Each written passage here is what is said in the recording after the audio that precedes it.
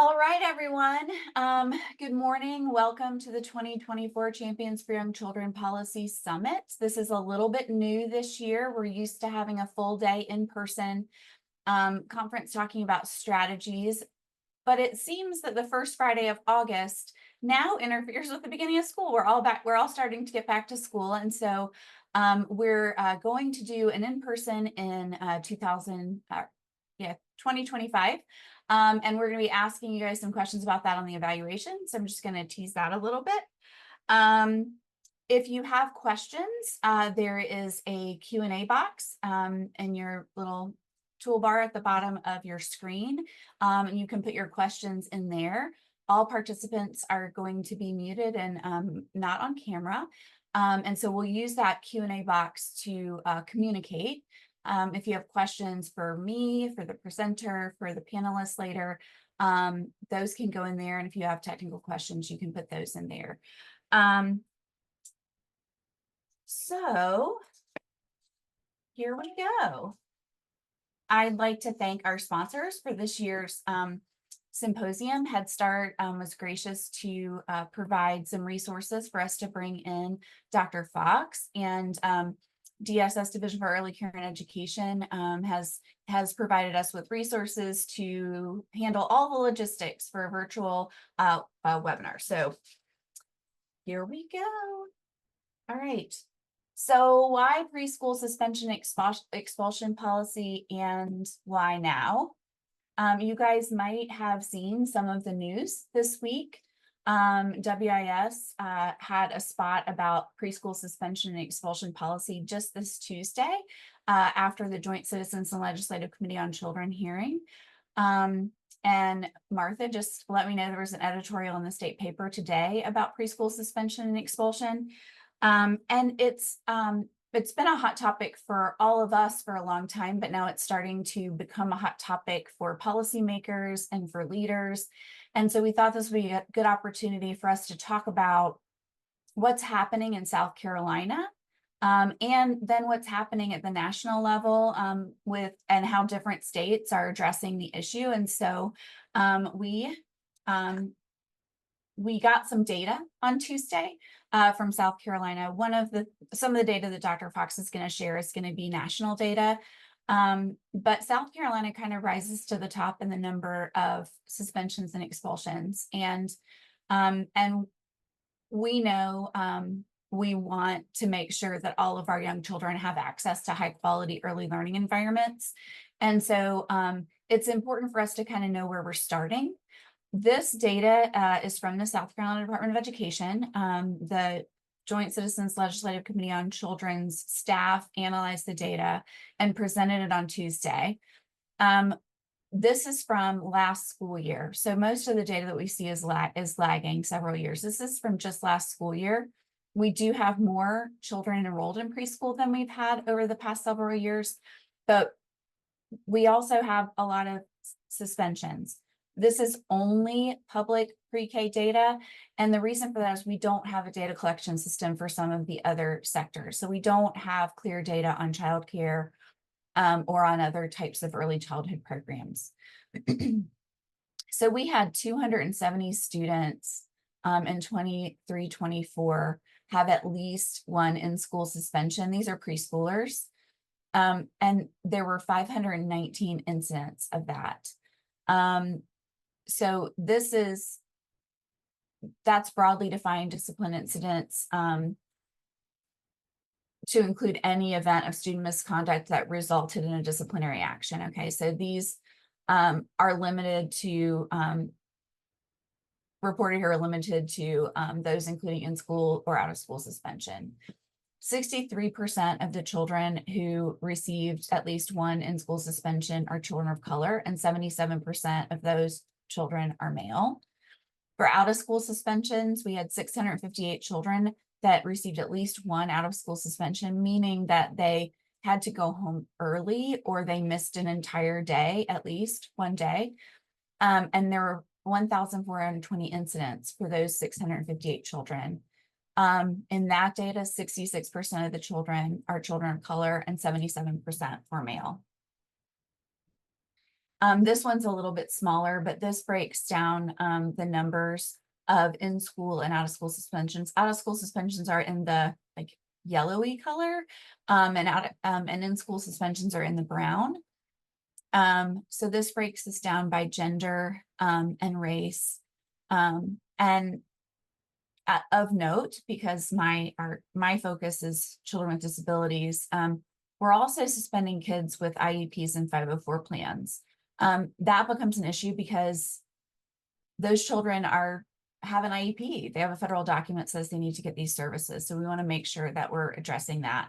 The bottom is the change in number over time. And of course, you see the number go way down in 2021. And we know there was a situation that happened during 21 that lowered 4K enrollment, so therefore lowered the number of suspensions.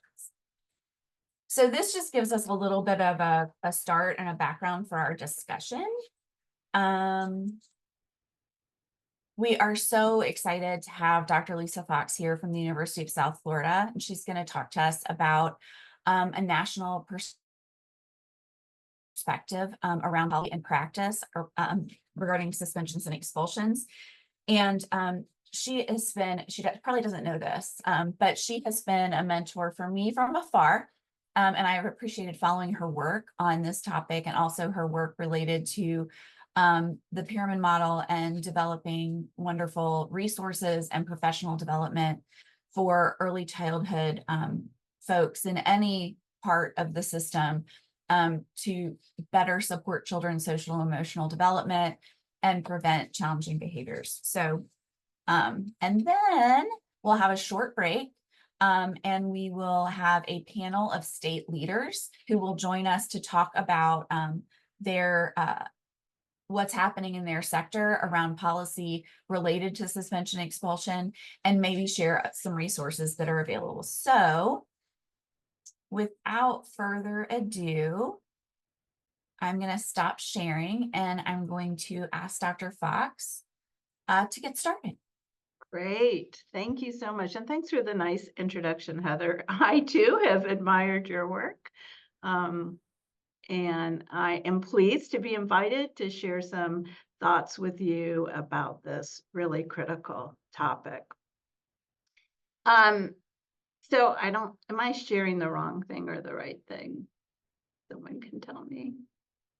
Can you see just my slide? Heather, you can nod and I can see I can see your notes. Okay. Let's share the screen the right way. All right, thank you. Thanks for your patience with that. So those are sobering data, Heather, and I think it really highlights the importance of this discussion. So glad you're going to have a panel afterwards to really unpack what does that mean for your state context and local programs, because I think the whole addressing that we'll talk about is very nuanced. It's very complex and challenging. So I'll share with you first my major messages around what I want to talk about, and hopefully that sparks some good questions from your group and some thoughts from the panelists about what they want to share. So first of all, this is a national concern. So we just looked at South Carolina data, but this concern is universal. And it speaks probably to the state of early childhood services and early interventions. It speaks to the challenges of a mixed delivery system and how we support very young children, and it speaks to how we support people who are in roles as early educators in childcare and family childcare and Head Start and in public schools. I want to share with you about the number of states that are enacting state legislation and talk a little bit about that, what happens when people are putting those rules in place and what that looks like. And then we'll also talk about other states which have addressed policy through state agency regulation, rule, or guidance, and kind of look at it. What's interesting is it kind of aligns, like we know now some elements that we think are going to make a huge difference. And across states, people are looking at those same elements. So we'll unpack what those are. I'm going to weave in here. This is a quote from a document, and I'll share with you what that document is, which is a holistic framework for addressing this issue. But I love this quote, right? A single solution response to a very complex, multi-dimensional problem is insufficient.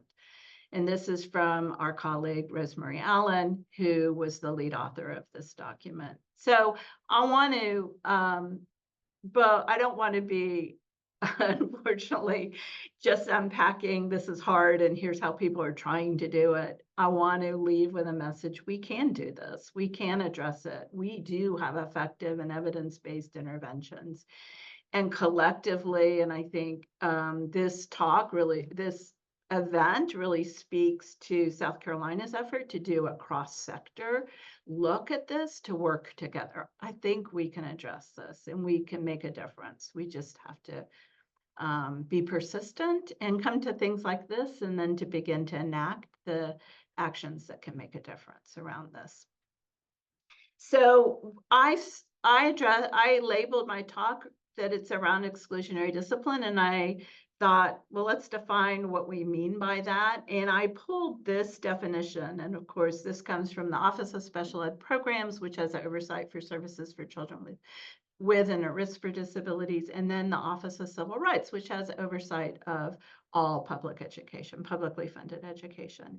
And this is a shared definition that they recently in 2022 put forth in one of their policy statements, which was the removal. Exclusionary discipline is the removal, whether on a short term or a long term, so your in-school suspension, or your long term, your out of school suspension or dismissals of a student. And so indeed that includes our 4-year-olds who are in pre-K programs, from a class, from a school, or from an education program or activity for violating a school rule or a code of conduct. So translate that to behavior. And what's very interesting about this definition, I think that really pushes us to really examine more than suspensions and expulsions, which is usually what we think of when we think of exclusionary discipline, to think of any kind of response to behavior, so a response to something that's violating a perception of a code of conduct or a school rule, from an activity, right? And so that becomes very different than in the whole idea of suspensions and expulsion, and really presses us to think about some of the things that we've used in response to behavior, and whether or not we're removing children from activities, that indeed counts as something we want to tackle in exclusionary discipline. I've pulled some common definitions. What's very interesting is settling on definitions is really important. I believe you've done that in South Carolina, which is great. That often is very big work. Is like, what do we mean by in-school suspension, out of school? Because there's no early educator in a childcare program who uses that terminology, right? In-school suspension. Yet the function of it, the way it's enacted, does meet that definition, right? And so I've just pulled some of those. So we have both this idea that children are sent out of the room, which would be in school, or sent home for the remainder of the day, which would be kind of a short term, or like, let's take a few days break, and it'll give us time to plan for the child. That indeed would be out of school suspension, even though often it's enacted in a frame of being benevolent, of being supportive of staff. It does meet these definitions, and I think that's something as early educators we need to struggle with a little bit. And then expulsion, and that's pretty clear, is as asking the child to leave the program, a permanent dismissal. That doesn't include transition to another program, because sometimes children do transition to other programs where they can receive either even more services or more support from a more low resource program. There's also this, which I think you know about, right? These ideas of things that happen Like, oh, he's having a really hard day. We need to send him home or her home, or conditional enrollment. He can, we really want to support him, but we don't have the staff to do that. So maybe you need to send an assistant, or we want to help you find a program that might better meet your child's needs. And how that's pitched to a family can result in them feeling like my child's not going to be supported here and I need to go, right? And so even though I haven't explicitly said you better go, I feel like as a family member, maybe we should go, right? Because we're not welcome here and my child's not going to be supported here. So that's kind of what we're talking about. The issue that you've presented, Heather, about South Carolina, we see that in the federal data set from the Office of Civil Rights. So, and these data are always a little delayed in coming out. So they're collected and then the Office of Civil Rights does their analysis and then we get to see the data. So these are the most recent data that were released, but they're the 2021 school year. And again, we see the same pattern. We see children of color being more represented in suspensions and expulsions. And we see children with disabilities being more represented in out-of-school suspensions and of children who are expelled. So this is really concerning. It's concerning on two fronts, right? It's concerning that it happens at all. And it's concerning when it happens with disproportionality around vulnerable populations or particular populations, which speak to either an inability to support those children or an unwillingness to support these children, or an overreaction, right, to child behavior that is unwarranted, and quick to move to exclusionary practices. I do want to point out to you that these data are a very small slice of who children are, right? So no one has good data on childcare. Nobody has great data on childcare. This is public school, and this is what schools are willing and tracking and reporting. Some schools do a poor job of tracking this because it doesn't even occur to them that if a child leaves their 4-year-old program, that we ought to be calling a suspension and expulsion. So it really depends on what the type of program is, how it's regulated at a state level, whether or not this captures all children in public school. But public school pre-K, if you look nationally, is a really small proportion of the population, right? And so we've got to know, is this reflected? I think if you're an early educator and you're on this call, in your gut, it is reflected in childcare. But we do have some data that we can look at from different sources. And I think this whole pursuit of data, it's always going to be from different sources, where it's going to be hard to ever get. So the pursuit of completely accurate cross-sector, we've got to know all environments and what's happening to children. I don't know if people are attempting to make those kinds of data systems. I think it's going to be a challenge. And we'll talk a little bit more about when you enact policy, it becomes even more of a challenge, right? If you're not allowed to suspend or expel, that's going to impact on people's reporting. So this is a little bit of a segue, but the whole data set that helps you know, is it happening? And the data set that helps you know, are we making a difference, is going to come from multiple sources, right? It's going to come from qualitative sources, it's going to come from families' experiences, it's going to come from teachers' experiences, it's going to come from data that you collect in our different sectors. But we do have other data sources that have been published. People have done studies that affirm the same thing. This is happening in childcare environments. We have data from the National Household Survey, the respondents there are families who also affirm that, yes, my child has experienced a disruption in childcare. So we know it's happening and we know it's prevalent. And that's why you convene this call. That's why people are working in South Carolina to try to address the issue. I want to point out then the impact that it has before we get into talking about policy. And I want to think about it in multiple ways. I want to think about what happens to that 4-year-old when they're asked to go home, and what happens with the other children who see a child who's repeatedly asked to leave, right? Because they're in distress. So let's think about behavior, I'm not going to call it challenging behavior, but these are children who are in distress, right? And yes, they may be in distress because I want the toy somebody has, or they may be in distress because I really don't want to come to large group. I'd rather be playing in a center. You just asked me to stop. But they're in distress.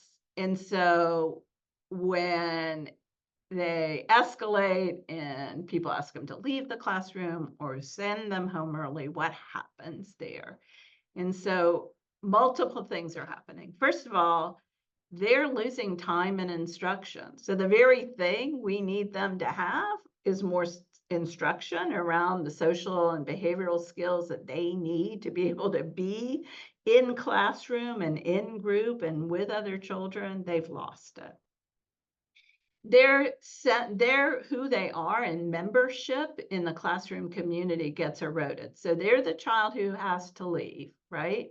They're the child who doesn't really fully belong, and that plays to stigma. And so very early on, and think about the children who are more likely to experience exclusionary discipline, children with disabilities and children of color, and boys, right? So do they have less full membership in our classroom community as we're pushing children out, right? And then becomes this issue of access. So other children have full access to instruction, to classroom membership, to a sense of community. Families have more access and participation than this child who's repeatedly pushed out. Many children who experience one suspension are experiencing multiple suspensions. And you know that. Many children who've been asked to leave childcare have been asked to leave multiple childcares. And then there's this issue of bias. And the bias I want you to think about is we have other children who are developing a sense of who belongs and who doesn't belong, who's valued and who isn't valued. You know, they're beginning to develop their sense, their kind of social world and ideas about that. And in our aim to ensure that we're supporting children, to be inclusive, to be welcoming to all, to be able to be friends with children with disabilities and children who are different than themselves, we're doing the opposite here when we say that child, when they fall apart or they're in distress, who's disabled, is less valued, and they need to leave. And so is that child as valued as another child? So I think we need to be really thoughtful about these things that happen in a classroom, both to typical peers as well as a child with disabilities or the child with challenging behavior, or the boys. So what we know is exclusionary discipline has a significant impact on the child with challenging behavior. They lose instructional time, they lose peer access, it erodes their ability to develop relationships, both with their friends as well as with adults in the classroom. We know that peers are also impacted by this. And then there's this huge and very unsettling impact on families that we've got to think about, right? So if a family loses childcare, they lose work time, they lose employment, they lose income. And, you know, when a family goes to a childcare program with their subsidy and they lose that placement, then I'm back on the search, right, for another placement, which will take my subsidized childcare and enroll me. So what happens in the interim of my ability to support my family, my ability to work? That causes family stress, that causes relational stress. And so we're dominoing into affecting a family system in a really significant way. And that should give us pause. And then this really is the end of me saying all kinds of horrible things and making you feel very sad. But there are longitudinal impacts too. And that I think is what is driving, well, those impacts I just talked about and this is really driving, we've got to make a policy change. So what we know is children who experience this early continue to have suspensions and expulsions. They are more likely to have academic failure. They're more likely to not graduate from high school, have grade retention, engage in substance abuse and encounters in the juvenile justice system and as adults in being incarcerated. And so we got to get a handle on it. So is that because I excluded them, or is that because there's a problem or a need that's unmet? And I think that's something for us to think about. Maybe our excluding kid is a big red flag that we're failing to support, right? A lot of children, as well as those early educators. So what does make people exclude children, use exclusionary discipline? What do we know? And I'm an academic, so I'm going to pull from the literature. You can pull from your lived experience, you know, as well, right? So some of the factors are, if we have a kid with significant challenging behavior, if I'm a small child care program and I have, I can barely keep people staffed. I don't know if that's the occasion in South Carolina, but it sure is here in Florida where we are. And I have a kid with really significant challenging behavior. I don't have the resources, right? I don't have the resources. And it might break my heart to say, I can't support this child, but often people feel like they're in that position. We see that it's more likely to occur within programs where teachers report higher stress symptoms or depressive symptoms. They're saying, I'm too stressed, right? And so then I'm more likely to say, I can't manage this child or this. In programs that have kind of created a bit of a culture where there's negative perceptions of families, where it's kind of us and them, where there's poor communication with families, they're more likely, and that makes sense, right? They're distanced from us. It's easier to do something that on the end is really harmful to families. And if there isn't that program support to establish strong relationship with families, that is in the literature noted as a factor that is predictive of exclusionary discipline. Here's good news. Good news is in programs implementing the pyramid model or PBIS, we're more likely to see that suspensions and expulsion don't occur. And so there's great news, right? In programs that have infant and early childhood mental health or behavioral consultation, if I can get a consultant to support me, we're less likely to have suspensions and expulsion. And then in programs with more support for that social emotional learning, either a curriculum or the pyramid model for support for addressing behavior, we're less likely to see the use of exclusionary discipline. So that's really good news and a good hint from the research literature about these are pieces to consider as we think about what do we want to put in place so that we can prevent this from occurring. So I wanted to share with you a little bit about this idea of a holistic framework. And I love this document, and you can get the gist of it from the wheel that is presented in the document. And I pulled this quote that kind of stages it. It's like, it's not going to be one thing we do. I'm going to talk to you about policy, and that's a critical piece. And you see policy and accountability in the wheel, but look at everything else in the wheel.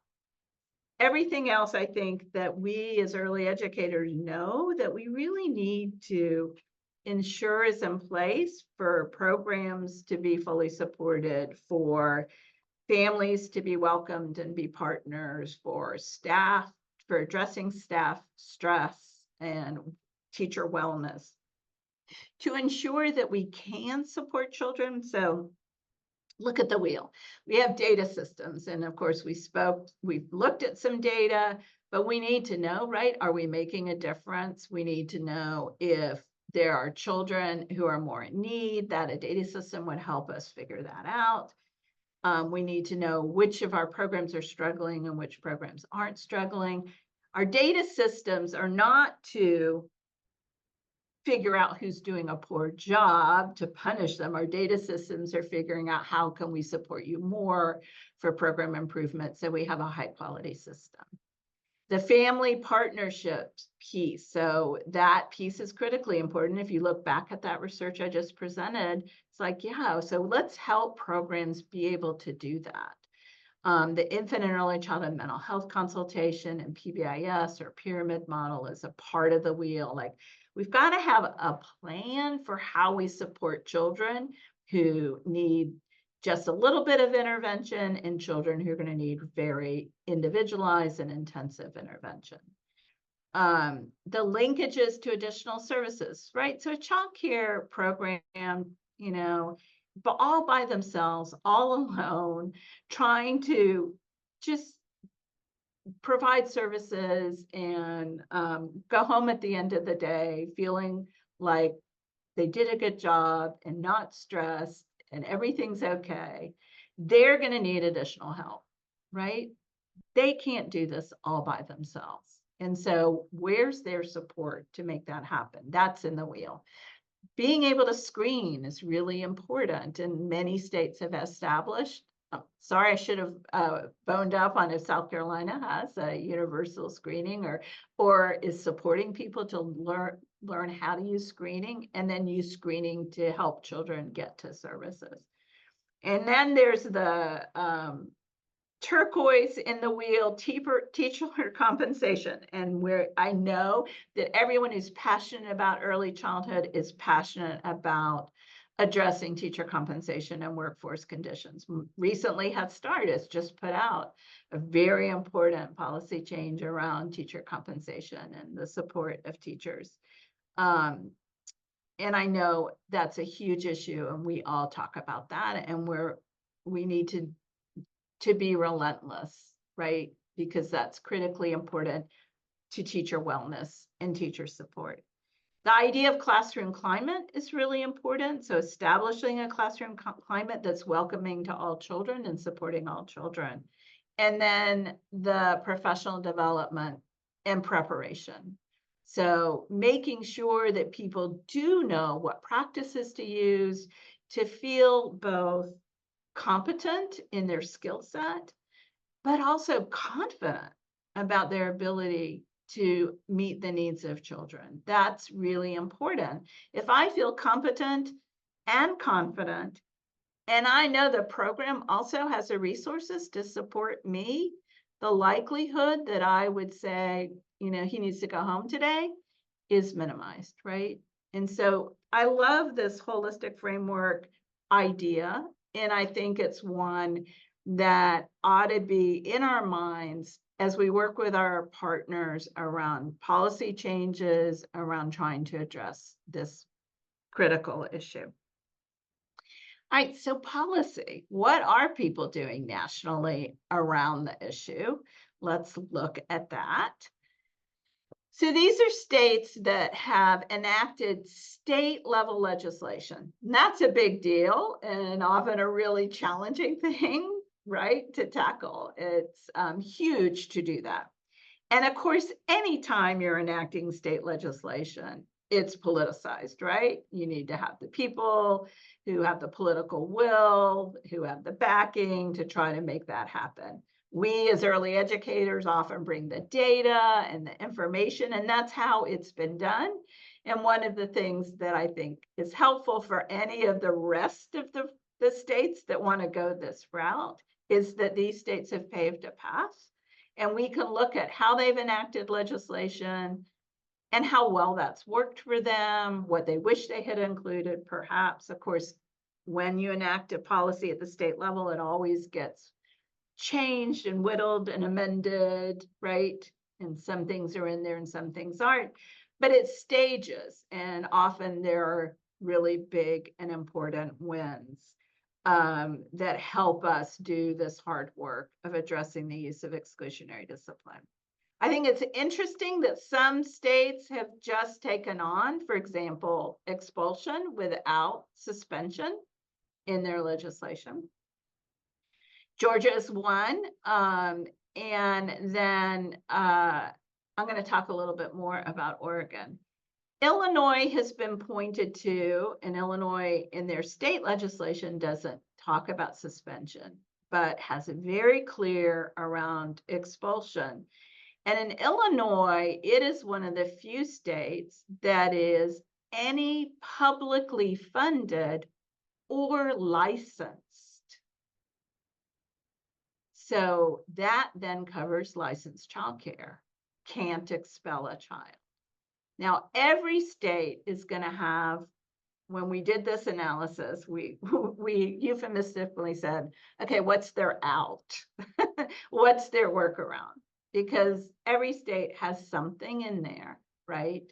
That will allow under certain conditions for the expulsion. So Illinois has had this for a while, and it's very interesting to read more about how that has gone down. What happens when you ban expulsion? Does it continue to happen? It does. Does the system that you have to try and prevent it from occurring, is that get stretched thin? It does. But that legislation really set the stage for that prevention system to be in place, and hopefully more investment in making that work. Illinois does not have a data system universal, and often that will happen. Well, they didn't have the money, I believe, wasn't allocated to build that system. But people have questioned when there is a law that prohibits what's going to happen with reporting. Will reporting happen or not, right? And so the way we might think about the reporting is not for the early educator to say, oh, yes, indeed, we violated the law and we expelled 3 kids this year, but to think about what's the other data set that lets us know if we're making a difference or not, right? And maybe that other data sets are complaints from families. Maybe that other data set is calls for assistance. Maybe the other data set is integrated into our QRS system around the what is happening within the program, right? So often we can look at discrete elements within a program that are in place to support children. I want to talk about Oregon, and I'll get there. So Oregon starts in 2026, is when July 1st in 2026, then no longer are you allowed to suspend or expel from a publicly funded childcare program, public pre-K or publicly funded program. And so for Oregon, that's very interesting. They enacted the legislation in 2021. So they've had years to start building their system to get ready for this to go into effect. So I'm going to unpack that in a minute and show you, well, what will that system look like? I wanted to bring your attention to this, though. So I said, are there exceptions? Like, really, you can't ever expel a child? Of course, there's also federal law around weapons and drugs, right? And so many have put that explicitly in their state legislation, that yes, of course you can expel for weapons and drugs. But there are also other kind of less defined, right? Safety threat. So if there's a safety threat, well, is standing on the bookshelves and jumping off of them while grabbing onto the bulletin board and tearing it off. I'm only sharing that because I saw a child do that. Would a teacher say that was a safety threat? Would picking up the dump truck and whacking a child across the face, would a teacher say this is a safety threat? And so there's some in here that are like, I wonder how that will get defined, right? And I wonder how that works. I will say to you too, you might be wondering, who checks on this, right? There aren't enforcement So when we see these state laws, we don't see some kind of like, here's how we're going to check and here's what we're going to do if you violate. Hopefully the law in itself prevents people, I would assume that a family member with a state law could take action, right? But there isn't some expulsion police trying to check on these kinds of things, but it does have an impact.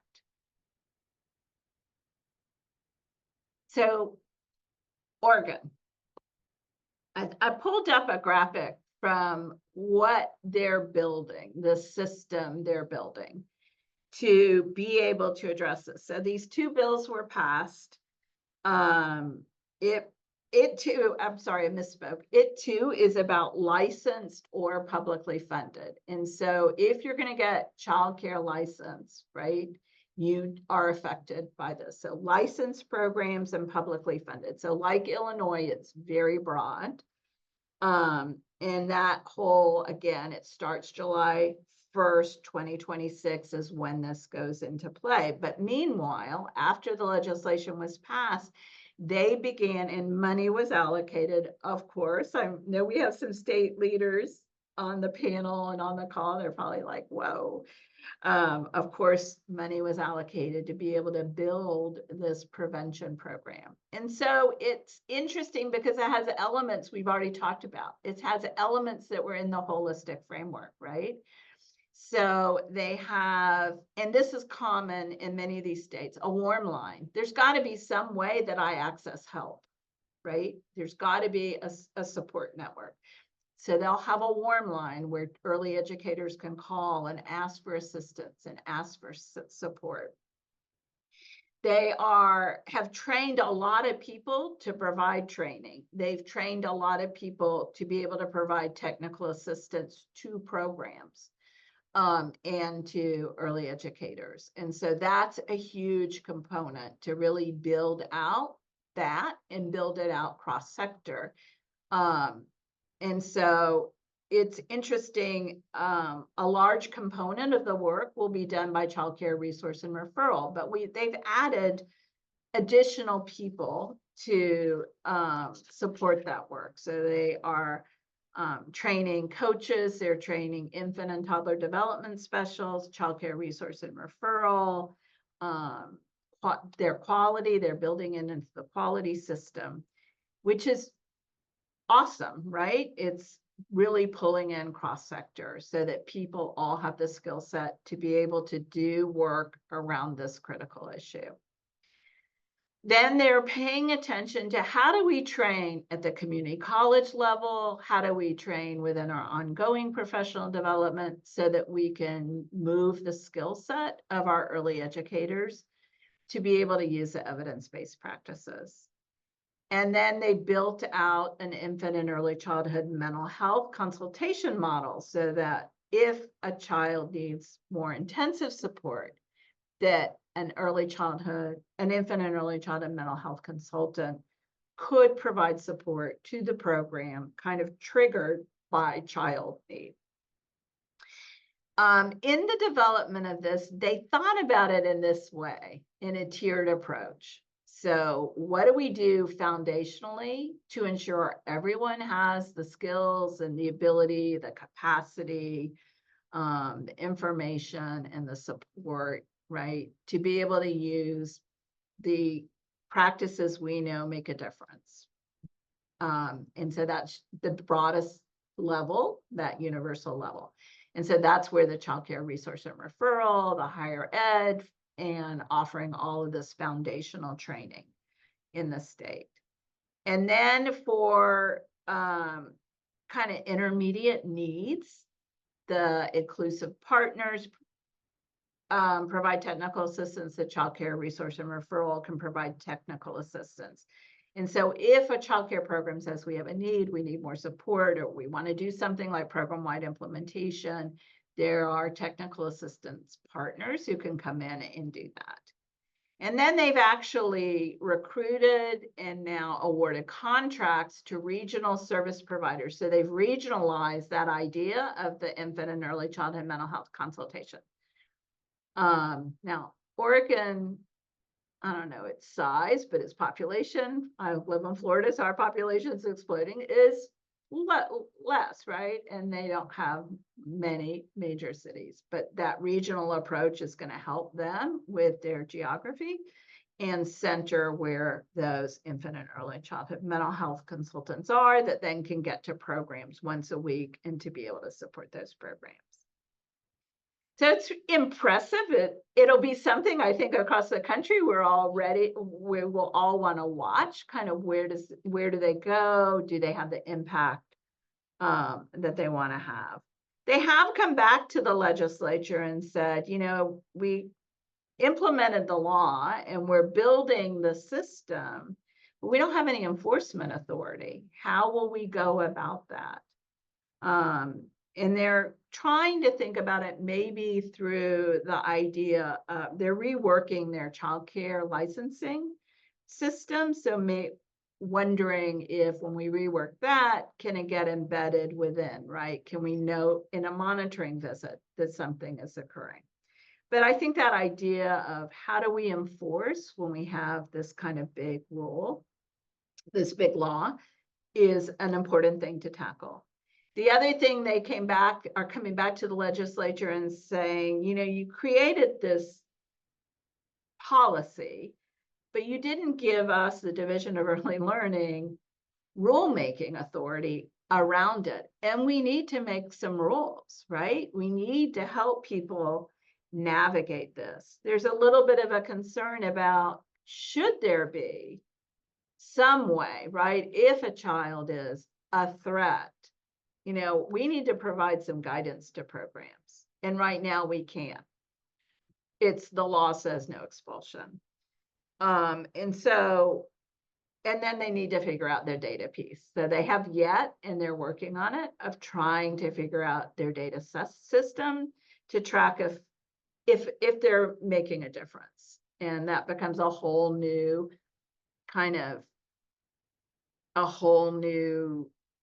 endeavor when you're thinking there's a law that says you can't do it. What data elements will we have? Really interesting work. Now, most states, so those were a set of states, right? So a limited set of states. We talked about 15 states in the District of Columbia that have these laws. What about the rest of the states?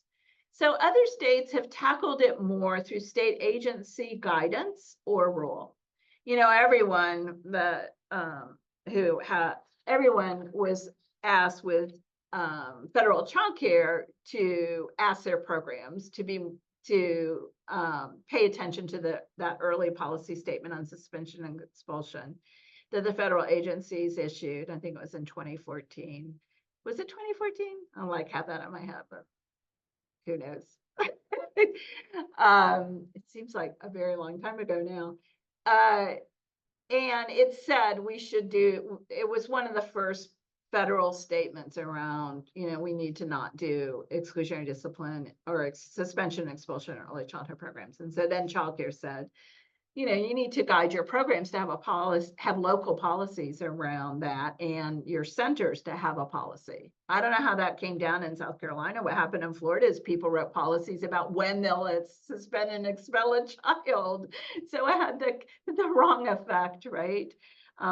Because we didn't build the system of support, right, to ensure that didn't have to happen.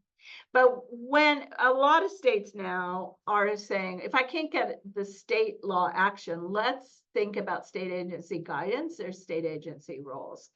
And so there are across, and I've given you a little scan code for a document that summarizes this from Build. So they have either required or encouraged. Those are two different things, right? I can require you to do it, or I can encourage you to do it, to take actions to prevent expulsion. States have said you need a program level policy related to not using exclusionary practices.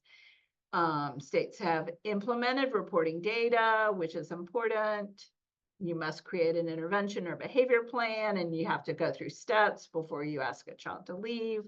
That has been cooked within guidance or rule. They might have a self-assessment tool to review program practices. And if you want a child to leave, you must support that child or family to transition to other programs. So those are kind of some of the requirements we see across other states, as well as supports that other states are providing. Because again, that holistic framework, right? So you can create rules. If we want to make a difference, we're going to have to create those supports. And so a lot of the professional development in these topics should look familiar to you, because professional development in your state is happening on the same kinds of topics to provide on-site technical assistance or coaching. So we've seen that come up several times. We see it in the actions that Illinois took and the actions that Oregon is taking in the infant and early childhood mental health consultation. A hotline or a warm line is common across states as an element towards addressing this issue. Screening and referral, and then building it into state QRIS systems. So those kinds of supports, where building it in with incentivizing work around social emotional. And so that's what some states have done to begin to address this issue.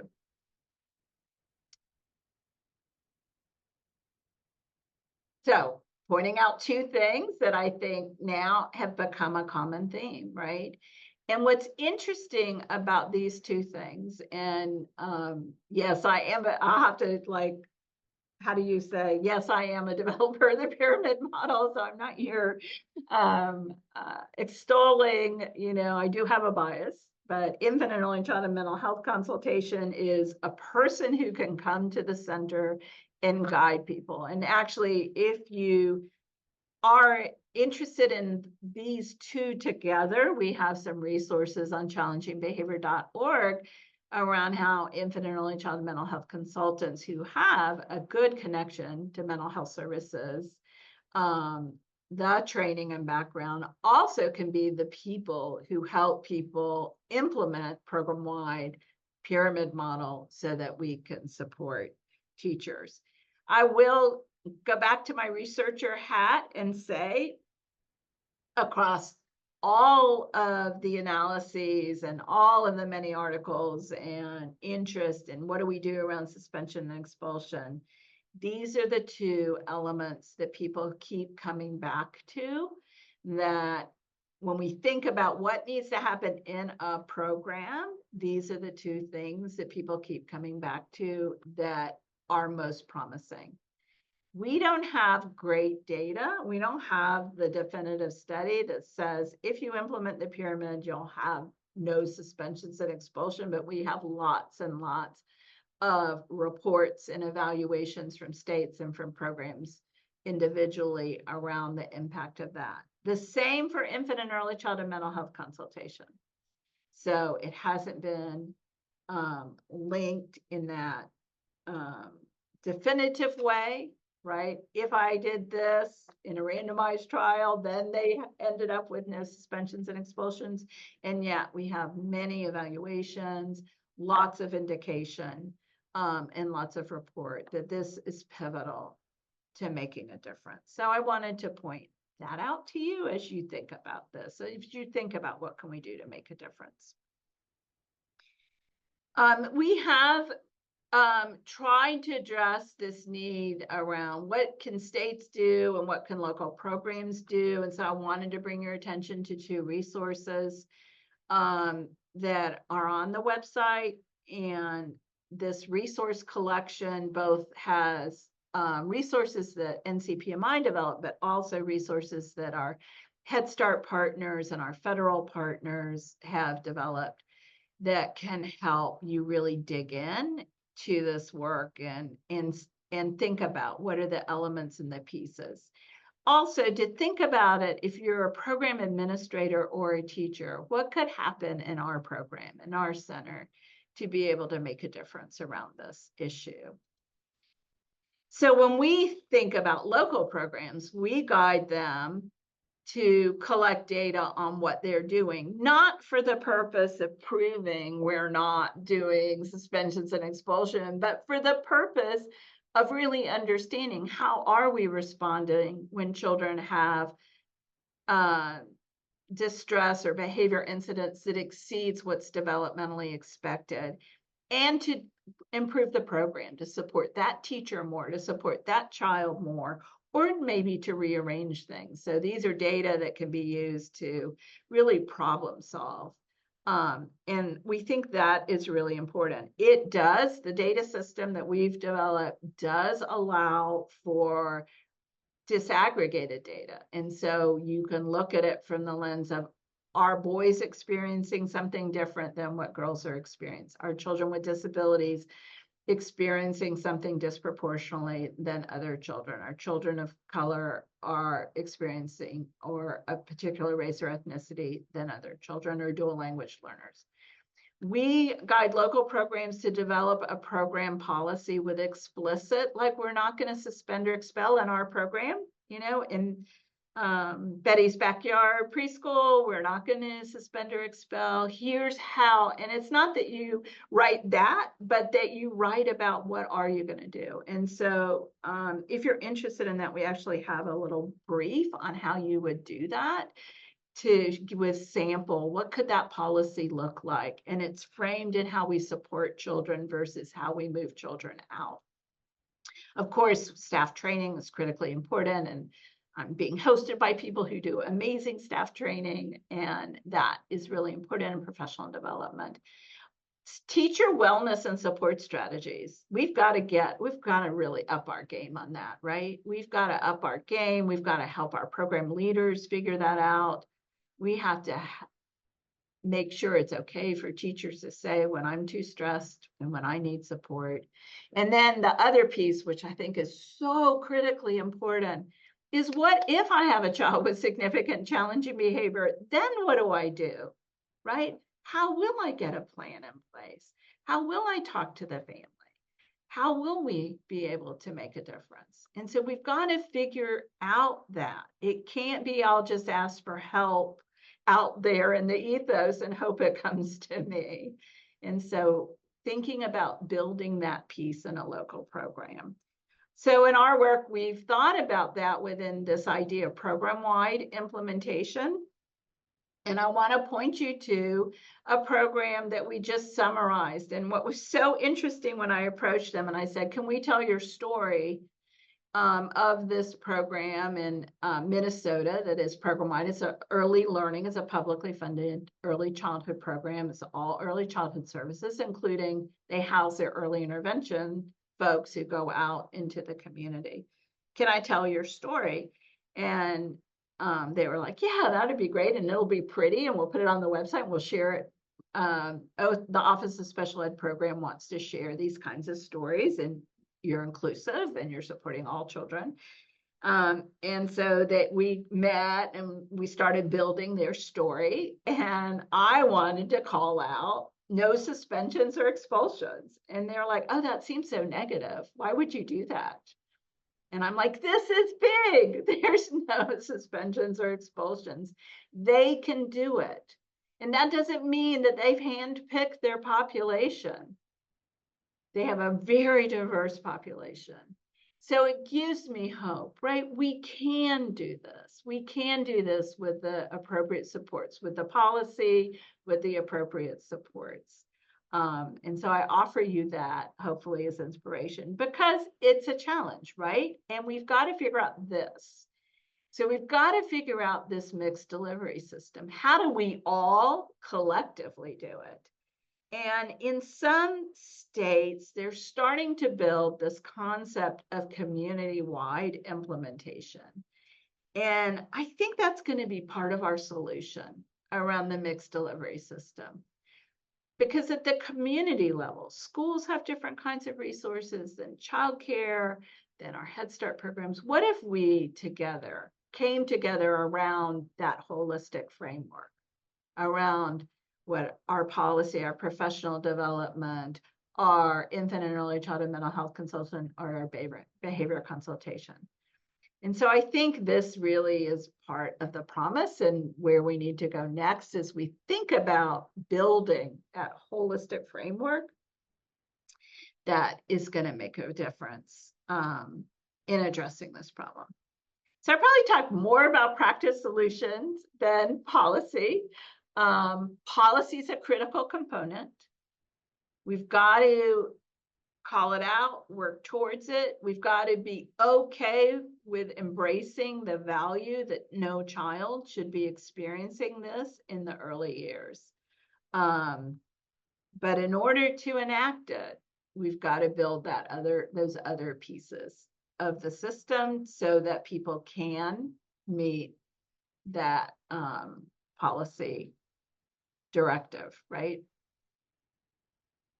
All right, so we are going to have, I hope you're thinking about questions that you have. I think we could do questions for me or for Heather as well, I hope. I don't know South Carolina, and so you may have things particular about that, but hopefully this has got you thinking, and maybe you have things. I think we have a place you can enter your questions, which will be really great. And we can shift over to that now. Thank you so much.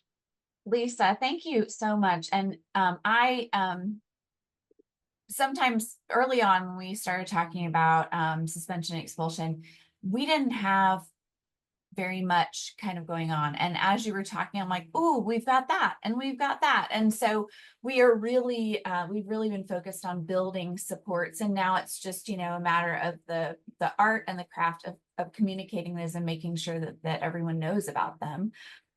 We did have one first question. I saved it to get the ball rolling. We have a question that says, for the states who've implemented legislation, does it apply to grades K-12 or just preschool? It's all over the map. That's so interesting. So Texas, that was an unexpected one for me to find, because Texas is, well, we know. Texas, it's anyone second grade and under.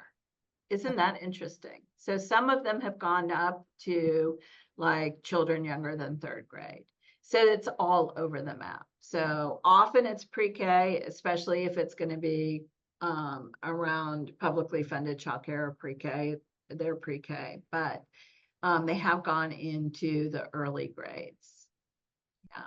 And in South Carolina, we have policy for K-12. Mm-hmm. We don't have legislative policy around preschool.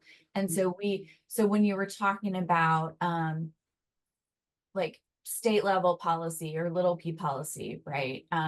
We do have a lot of language that's going around, and that's why we're having the panel later, so that some of those leaders can talk about how they in their particular sector work around this topic and what they do. So if you have a question, go ahead and type it into the Q&A box, and I'll feed those to Dr. Fox, and we'll get some answers. And then you'll have another opportunity for a question and answer with the panel after the break. So we'll give people a little bit of time to type. So Heather, yeah, I am impressed that you have lots of pieces, right? Lots of pieces in South Carolina, and the times that we've talked about it, or I've met people there, and the parent center, I've been up there for presenting at their meeting. And I do think it's about building the systems, right? It's about people coming together who have a shared drive and want to advocate for this, and then fostering the political will. And it's hard work to do that, building systems. But I think we have a question that popped up. Is there any recommended intervention with families knowing that some challenging behavior is a symptom of trauma? That's so interesting, right? The whole trauma. And yes, first of all, there are some families you're going to know have experienced trauma, or children have experienced trauma. And if a child experienced trauma, the whole family system has experienced trauma. And there are going to be children you don't know, right? You don't know. So one of the things that's important is this concept of trauma-informed care is ensuring that your whole program, both in your operations as well as, I've neglected to say, and you have staff that have experienced trauma, some that you know and some that you don't know. And so the whole idea of trauma-informed care is really important to bring to our program operations, to bring to our family support, and to integrate as we think about the support of the child. So for children who have experienced trauma, and remember, an incident happens. Trauma is really about a child experiencing something that overwhelms their ability to cope with it. And then it manifests as behavior, and often is behavior that we can't quite figure out just through the lens of, is it about getting something or getting out of something, that it might be unusual and not quite clear. And so we still are going to work towards developing a plan of support for that child so they can go through their day. If you know about the trauma, that is going to give you a different lens on the behavior. That's going to give you a different understanding. So what if the child, let's say the child had significant food insecurity and maybe was food deprived. And then we're seeing some unusual behaviors around when food is out during snack time or lunchtime. I'm going to look at that behavior differently, knowing that bit of information. I'm still going to team. I'm going to hopefully, I'm going to pull in other information. I might even pull in somebody with expertise in infant and early childhood mental health. But more and more so, I think if you have behavior support people, they're learning about the impact of trauma on the development of a plan. For families, then, if we're offering family services, I'm going to network with people who can support families also to be able to have that lens on the child's behavior, to be able to foster support for the child. Now, I said, what if we have kids that we don't even know who've been exposed to trauma, and this whole idea of trauma-informed care? One of the things, and I think this is consistent across pyramid model or something like conscious discipline, where you're thinking about universally, right? We think about relationships and we think about a supportive, nurturing, and responsive environment. And what's interesting for children who've been exposed to trauma, that the two things they really, really need is a secure, responsive, strong relationship. And what we see is even a relationship with one adult can be a significant impact on their sense of security and their ability to cope. And so that nurturing and responsive relationships and all those good practices at that level are critically important, paired with predictability. If you think about a trauma experience as an unexpected thing that overwhelms your ability to cope, well, predictability is the thing you seek or need or could support you. Now you might say, oh, well, they seem resistive of some of the stuff that is predictability, right? Well, then we need to make the predictability more supportive to them. And we know the individualized strategies we can do that. But the sense of, I know what happens here and I have an adult I'm connected to can be critically important. So the more we ramp that up universally, the better we are to be supportive of children who have been exposed to trauma. We've done 2 webinars and we'll do another one because we're trying to tackle that. So what does that mean, Lisa, when you say looking at the lens through the lens of trauma when you develop behavior support strategies? And I think it's really important and is an important shift in kind of the work and how we approach the work, because these children and families are unique. So in South Carolina, we have purchased access to some of the online training modules for Pyramid Model. And one of those is the trauma-informed care one. And so if folks want to learn more about being trauma-informed and what that means in their work with kiddos, you can take that for free. It's free for anyone in South Carolina to access and to complete. And so that might be a good good resource to look at. And we also have our peer network, infant early childhood mental health consultation. And Louise Johnson's going to be talking about some of the things we have available in our community mental health centers for young children and their families later during the panel. I'm sure. I'm just predicting, Louise. I don't want to steal your thunder. I'm just predicting you might cover some of that. We have a question specifically about children with disabilities. So it is, what advice can you give parents of children with IFSPs and IEPs when their child is at risk for being expelled from preschool? Does their IFSP or IEP protect them in any way?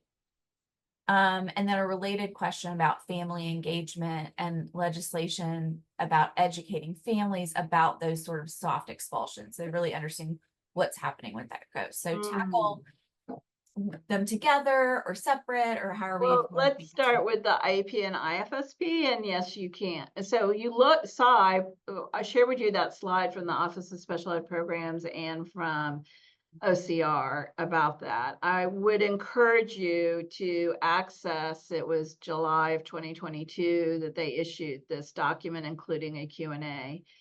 And so the clock starts, so the idea of the suspension, so many days of suspension before we reconvene the IEP.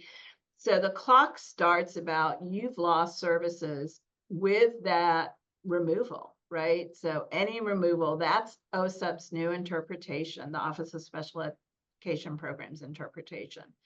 And so if I send you home for the remainder of the day, that's 1 day, right? And so that idea of the 15 days is a protection in essence, that then we have, we reconvene the IEP or to determine what to do. You also have the American with Disabilities Act that should help you feel secure about your placement, and maybe raising that issue around that. This all gets really difficult because who wants to do that? Who wants to be adversarial with the people that you want to love and support your child, right? So it gets to be very difficult. OSEP is becoming even more, it's a huge issue from the federal office, and it is a huge issue for the Office of Civil Rights. So yeah, there is some power behind that. But I also know that it takes a lot to want to get in that place with a program, right? All right. So the other one was about, what was the other question? Sorry. So I think how it's worded, how is legislation educating families about soft expulsions? So how I'm interpreting that as, how are we kind of including information about communicating with families about this issue? Yeah. We're trying to do as much as we can around it, but I think whoever put that question in, that's a really important need area, is for families to understand. And I'm hoping that the parent training and information centers in our community, parent centers funded by the Office of Special Ed Programs are talking about this with families, helping families see that, yeah, that's not okay. The problem is we're talking about early childhood, and often parents don't find themselves in those places accessing those services early on. But I think we as an early childhood community need to make sure that families know that this is what we mean, and that they feel supported in saying, wait, this is not okay, right? I feel like, of course, I live in this world. I feel like it's bubbling up, that I see my local chapter of the National Black Child Development Institute, my local chapter talking about it and talking, trying to reach out to families. We see that we see all kinds of organizations that are concerned about young children and families talking about it. But I do think we need more parent education pieces for them to understand it. Yeah. And what I would hope is, really what we want families messaging to be is, your child needs to be there and you can be a partner, right, in developing a plan of supports for your child, right? Yeah. We're not going to gain it gain anything for your individual child if we just have a big fight. Right. But really what we want to say is, how can I partner with you? Or I hear your concerns. How can we work together, keeping them here so we can learn those really important social skills?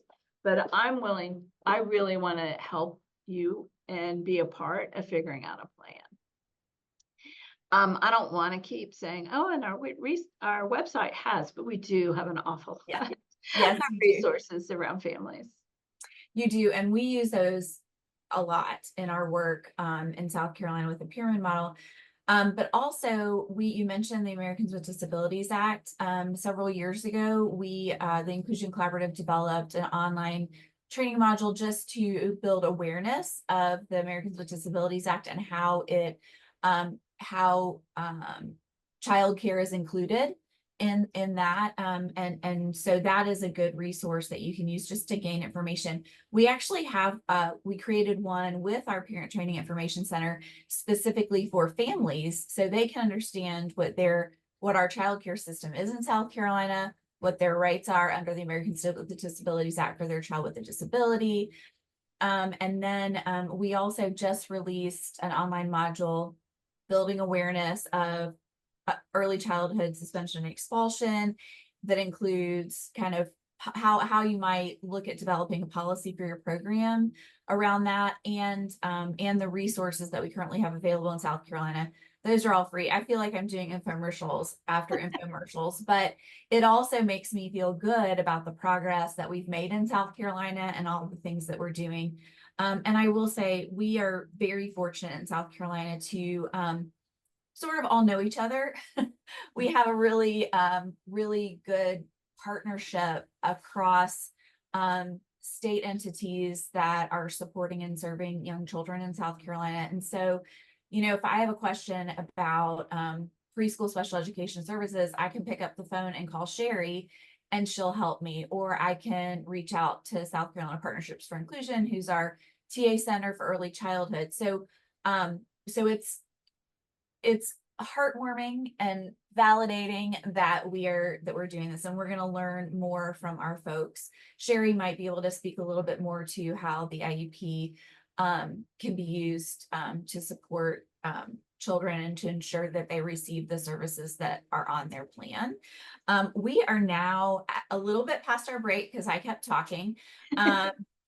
I just we do have a comment just saying that this is a wonderful issue that, to be talking about, and that they've implemented the pyramid model and in their classroom and at home.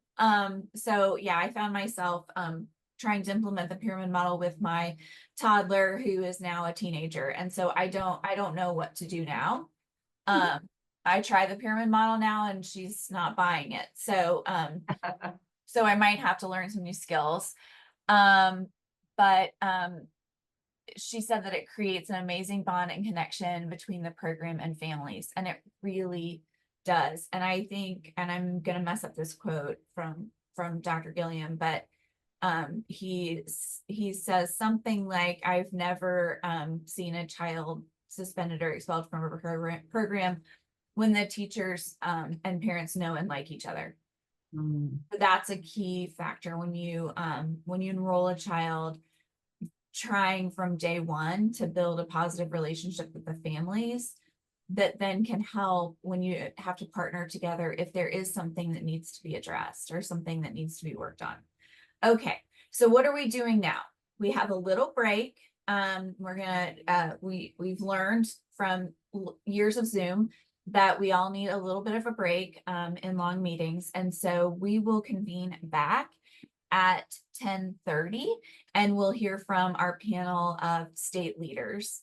And thank you, Lisa, for your time today. This was really, really wonderful. And I appreciate you and your work and the work that the pyramid model, the National Center for Pyramid Model Innovations is doing. And we will, we're going to pick through your presentation, and we're going to send out the resources to attendees and registrants so that they can have those that they can explore. All right, guys, I'm going to mute my microphone and turn off my camera for a minute and maybe get some more coffee, and I will see you guys back here at 10:30.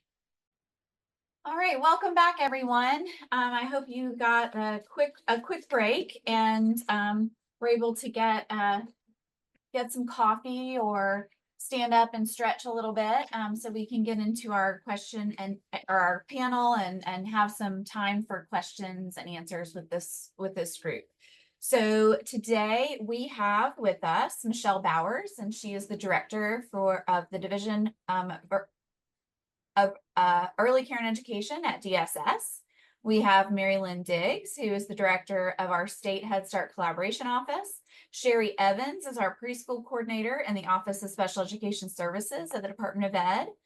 Louise Johnson is our director of the Division of Children and Adolescents and Their Families at the South Carolina Department of Mental Health.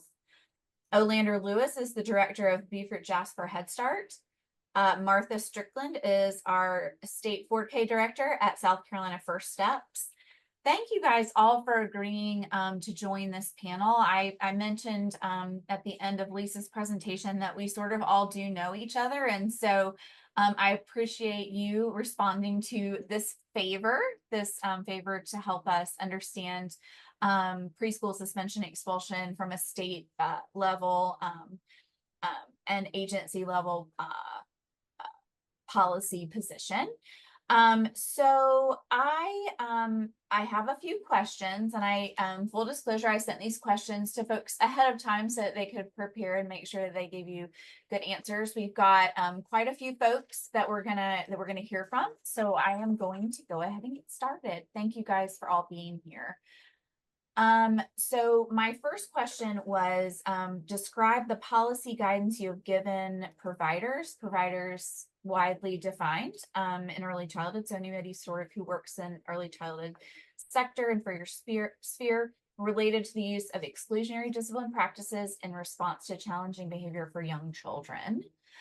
Is someone just really ready to get started with that one? Who wants to go first? I will. And I'm so happy that Orlando, can you hear me?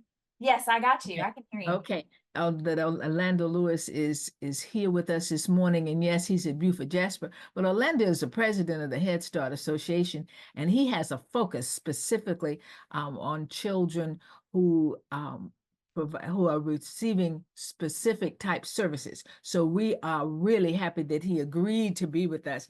I tease him because Orlando has little children himself. He's got Head Start kids, got a couple of thousand of those, but he's got some little children himself.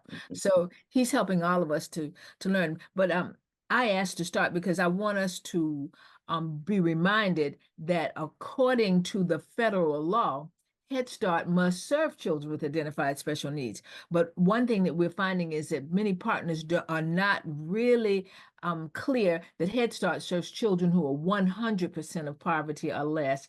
And during the present administration, there is an option to go to children 130%. It's not in the regs, but there's an option for that, because there's a connection between that and other services. But I wanted to start because I wanted to emphasize that in the Head Start Act, it says that Head Start programs specifically prohibit the expulsion of any children enrolled in Head Start services, and suspension is limited to an extraordinary circumstance and is permitted only after taking a series of specific documented preventive actions. So children with an identified special need are in Head Start. And that's why I wanted to share that. So we don't have the option of putting kids out. And Orlando will probably go into more of that in that process, because sometimes if a child has to leave a Head Start program, if there's serious threats, then there are things that a Head Start program will have to do. They have to involve mental health professionals first, and then parents, and then there must be the understanding of appropriate community resources. And then if a child, say, goes home for a day, then they have to support the child in returning to full participation in the program, full participation in the program. And then we must continue to provide services if necessary, including home visits. So Head Start children with an identified special need must be in Head Start. They cannot just be expelled. And so I'll stop right there. Right. So that is interesting because we are talking about kind of agency policy, but Head Start is the only organization I think on the call that has a prohibition, right? A specific, you can't kick kids out as part of federal law, and Head Start being federal to local. So Olandor, I'm so glad you're here because you have the perspective of the Head Start Association, but also the perspective of being the director of a Head Start grantee. And so if you want to share, I think this is a nice segue, if you want to share a little bit about what that policy sort of looks like on the ground Sure. when you're working with kids and families. Okay, not a problem. So as Ms. did, well, first of all, I would like to say good morning to everyone. And second, I would like to thank you all for inviting me to such an important discussion. But as Ms. Marilyn stated, you know, as it relates to our federal regulations, 1302.17, if anyone would like to go and Google that, it's the Head Start Program Performance Standards. It does indicate very clearly that we are not allowed to execute the process of expulsion of any child. But if there are specific health and safety concerns, suspension has to be temporary. But there are numerous steps that has to take place prior to a child, prior to the consideration of suspension. The first thing that we want to do is we want to partner with the parents. And I know Ms. Fox talked about that. I know you talked about that as well, Heather. But there has to be a partnership with the family. So the families are actually a part of the problem resolution process. So if we identify that a child has demonstrated challenging behaviors and those type things, the first thing we want to do is call that family in, have a conference discussion with that family, along with our family services personnel, along with the teacher as well. And then also with the management team at that location to talk about what are some strategies that we can put in place to assist this particular child in this particular situation. So we include the parents as part of that process, and when we develop follow-up dates as well. So if we see success, then of course, you know, we know the problem has been resolved.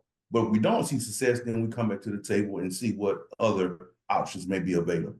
One of the things that we also want to do is we want to look and determine if there are any trends. So for example, if we identify that every Monday morning, little Johnny is dropped off by dad, and we notice that on Mondays he or she may behave inappropriately. So that may be a trigger that we may want to bring to the table. So we want to take a look at, you know, what's going on. We want to ask questions. I know last year we had a situation where we had a 3-year-old who was exhibiting some extreme and challenging behaviors. And of course, you know, there were some frustrations that was exhibited by our education staff. And one of the things that we had to do was before we take a look at the behaviors, what are the root causes of the behaviors? So we began to ask questions. And one of the first questions that we wanted to know was, okay, well, how many children are in a household? We identified the fact that there was only one child in the household. Then the next question was, well, how old is mom? And then we were able to find out that mom was only 17 years old. So if mom is 17 years old and the child is 3, then we know that she's a teen mom.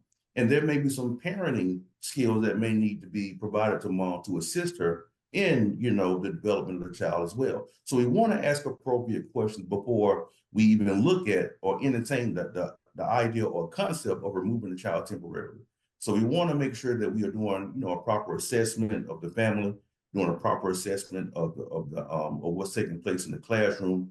And then, of course, there's the use of conscious discipline in the classroom as well. So we want to make sure there's a proper execution of that particular model in the classroom. And we want to ensure that the parents understand that model so they can duplicate that process in the home environment as well.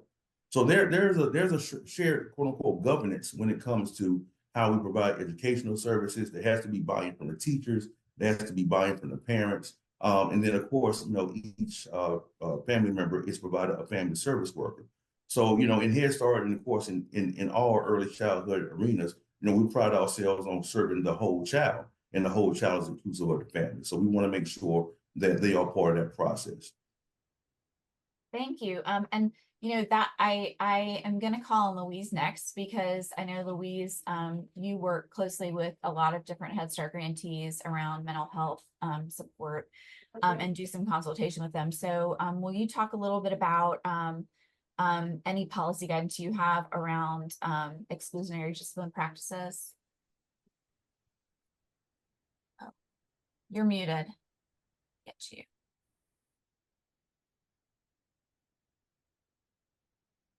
Okay. There Can we you hear me? Yes, we gotcha. Okay. What I would this kind of relates to, and what Olandor was saying, kind of relates to our whole philosophy when in working with families, especially families of young children, that you really can, you know, that behavior is just a sign of something else that's going on. That's our first, you know, that's what our clinicians are trained to understand, and that we know it's impossible to do anything regarding changing that behavior without working with the family. So, you know, we work to develop a relationship with that family members, and we also have the capacity to go in home as far as in working with that family to see what's going on and to understanding the dynamics. You know, we, like I said, one of the things that we're very cognizant of, and in working with the professionals and the centers, as far as in making sure that they understand that they work with from a trauma perspective as well. Kids that come to our attention, we don't, you know, we don't even have to screen, but we do. But we assume that there's something going on, that there's some traumatic event going on, and we can't go wrong by assuming that.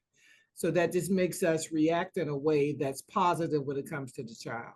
Mm-hmm. So that's why our partnerships with Head Start centers really goes hand in hand with how we believe children should be treated, and how we should work with families and how we should approach that. We have a new partnership also with the After School Alliance as well, as far as in being able to connect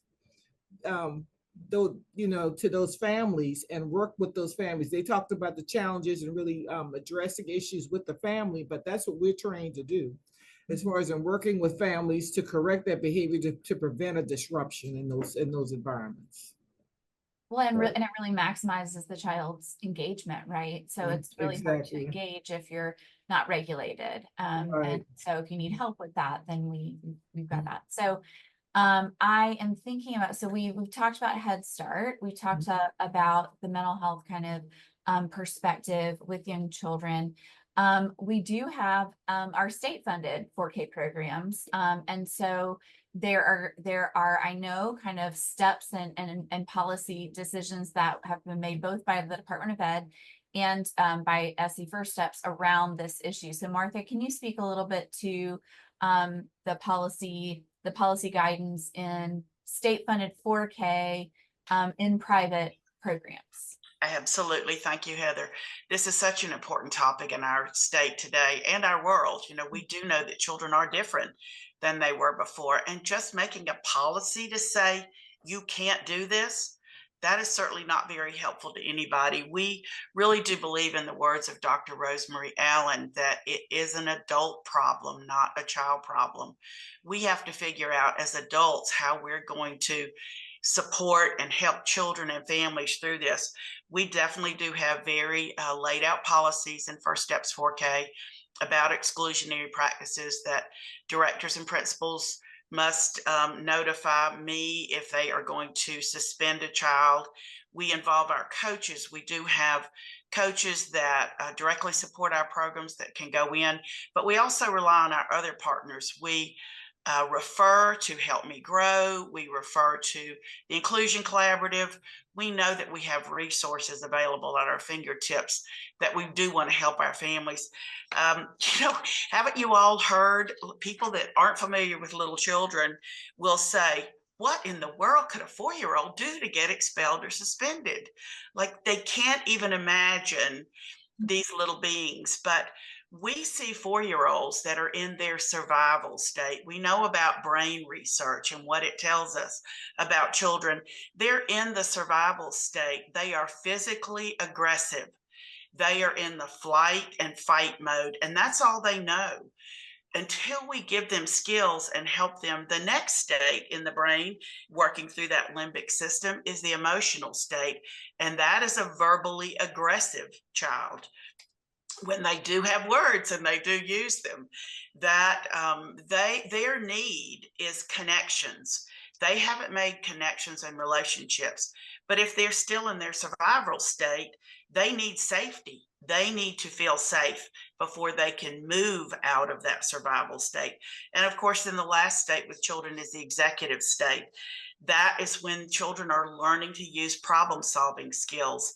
And if we as adults and teachers are not giving children opportunities and chances to make choices, they don't learn about problem solving skills. So that is a big part of First Steps 4K, is making sure that we give children choices to help them learn that, but helping them feel safe. And families, involving directors and principals, involving mental health professionals. It is all of our problem. It is not just, there's no one stop fix, and creating a policy to say, no, you can't do it. That is certainly not going to be helpful. But we are so grateful. The pyramid model, the work that has been led in our state, that we understand what these practices are looking like, and that we've actually made definitions for terms. Mm-hmm. So we've had a really great start, and I look forward to continuing this work with all of you. Thank you, Heather. Yeah, and I was just recalling from Dr. Fox's presentation that when she was talking about sort of what are the reasons that suspensions and expulsions happen, and none of them were child-centered, right? They were all sort of adult-centered. How are we supporting our adults who are supporting our children? And I think that's been a theme through all the work that we've done so far. We have private state-funded 4K. Sherri, I know Wendy Burgess was not able to be with us today, but can you share a little bit about Department of Ed policy around state-funded 4K, and also bring your special education lens into this work? Sherri is our preschool coordinator for children with disabilities in South Carolina. Absolutely, Heather. So let me start a little bit by talking about CERDEP, which is CERDEP is the largest state-funded preschool program for our 4-year-olds, and it stands for Child Early Reading Development and Education Program. And this is a full-day 4-year-old kindergarten program for our at-risk children, and that must be made available to those children who qualify across the state. In the CERDEP guidelines, there is a section on revocation. It specifically states that children should not be suspended or expelled.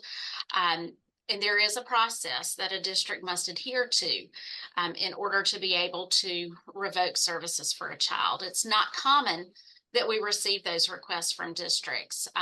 But if such a request is received, it's reviewed by a team, and most often, I'll be honest with you, the revocation is not approved, but typically additional guidance and support is given to that district. In very few instances, it is approved, but just some of the things that a district is required to provide when they request revocation is they have to provide progress monitoring data. They have to provide those timelines of interventions that were used to help the child. They have to provide written correspondence, meeting notes that show that ongoing involvement with the parents, with the child's parent or guardian. They have to provide behavioral learning environment observations of the child. And then if a child has any type of disability or special needs, that brings in a whole other factor where we have to loop in that IEP team and the director of special education. So no state-funded students in those CERDEP classes may be disenrolled without that permission from the Office of Early Learning and Literacy. So that covers the CERDEP piece a little bit. But Heather, I want to dig into, we had some questions about students with IEPs, and we've talked a little bit about IDEA, which is the Individuals with Disabilities Education Act. We've talked a little bit about 504, but just to dig into that a little bit deeper, they both have some requirements with respect to the limitation of and prohibiting exclusionary discipline. So IDEA has some specific provisions to address those situations in which the behavior of a child with a disability impedes the child's learning, the learning of others, or if it violates the school's code of student conduct. But it's important that we talk about districts have an obligation to provide FAPE, and FAPE is a free and appropriate public education.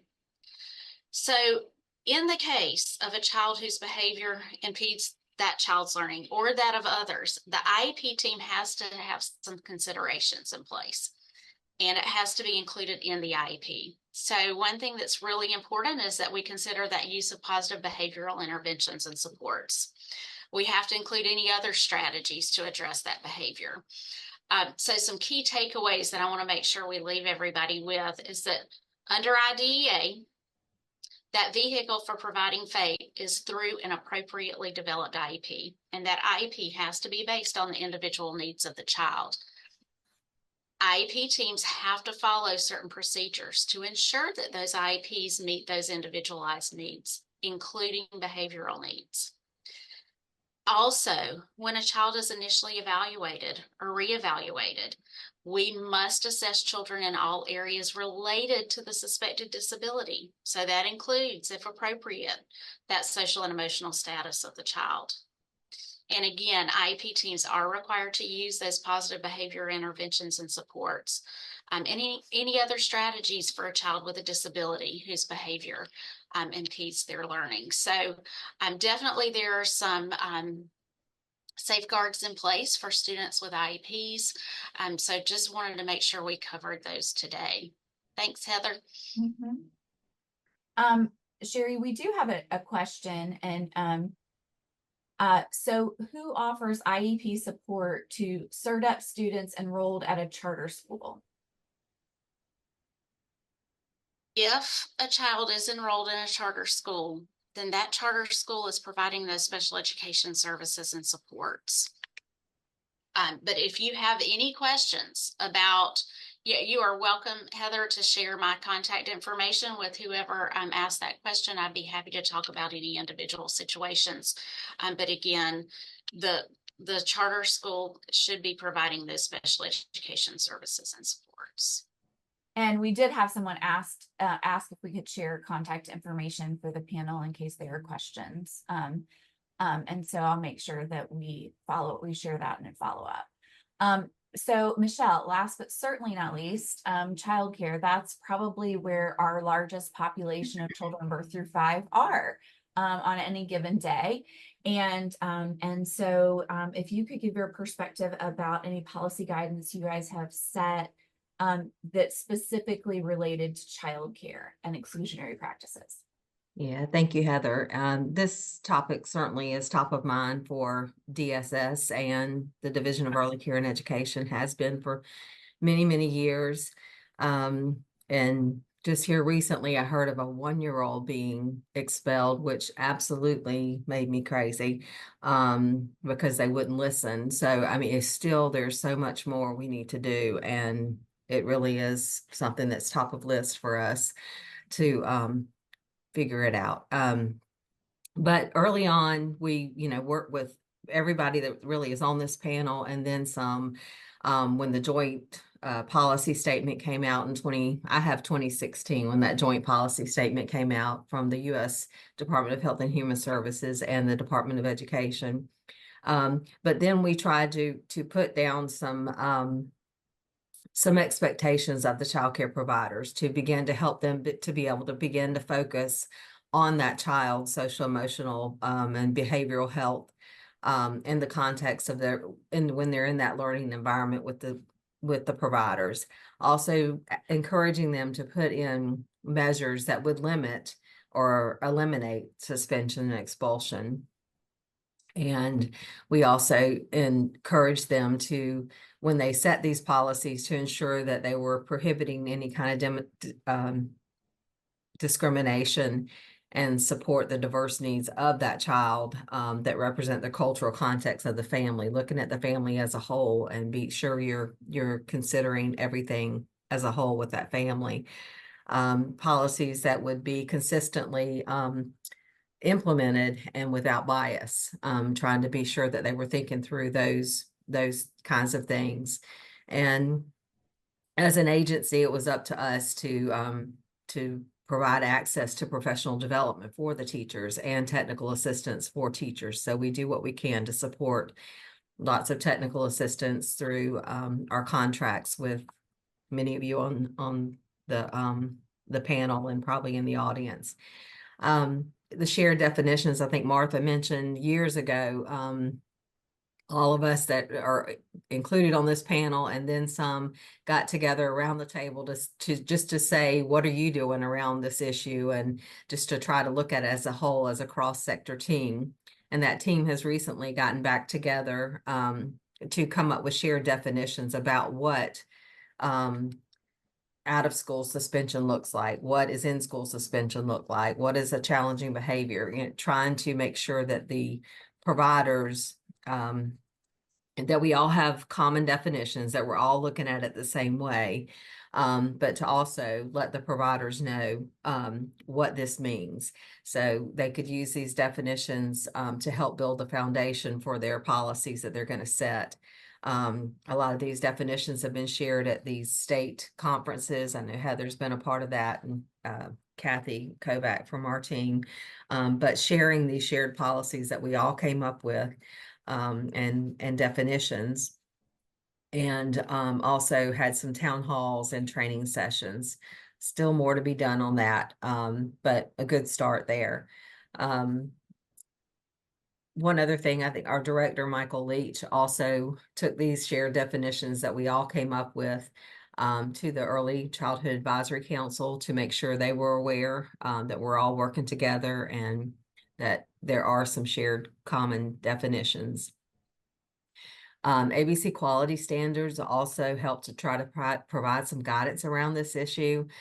They do provide, when they're out there doing their assessments, they do award points for programs that have created these policies that eliminate or limit the exclusionary practices in their childcare programs. And if they can show that they have policies that promote children's social emotional well-being, again, within our ABC quality standards, we're able to provide some points for that, trying to encourage that practice. And for those on the call, and I think Lisa might still be with us, but ABC Quality is our quality rating and improvement system for childcare. And we will share the definitions that Michele is referring to in a follow-up email. We have a lot to include in a follow-up email. You guys might be reading for days, which is, I think, not a bad problem to have. I think that's a good problem to have. We have a question about data, but this one is specifically related, Sherri, to are we collecting any data or looking at data for children who are receiving special education services in public schools, and looking at disruption in their service time, including their preschool services, or reducing their time due to behavior issues? So are we looking at if districts are shortening a child's school day because of behavioral issues on their IEP, those kinds of things? Be happy to take that one, Heather. To specifically answer that question, that is not information that we receive in our office as far as if a preschool child has with an IEP and has a shortened school day. That is not information that we are currently receiving. But let me tell you what we do receive and what we are collecting. Within the Department of Education, it's not within our office, it's the Office of Student Support. That office gathers data regarding suspension and expulsion.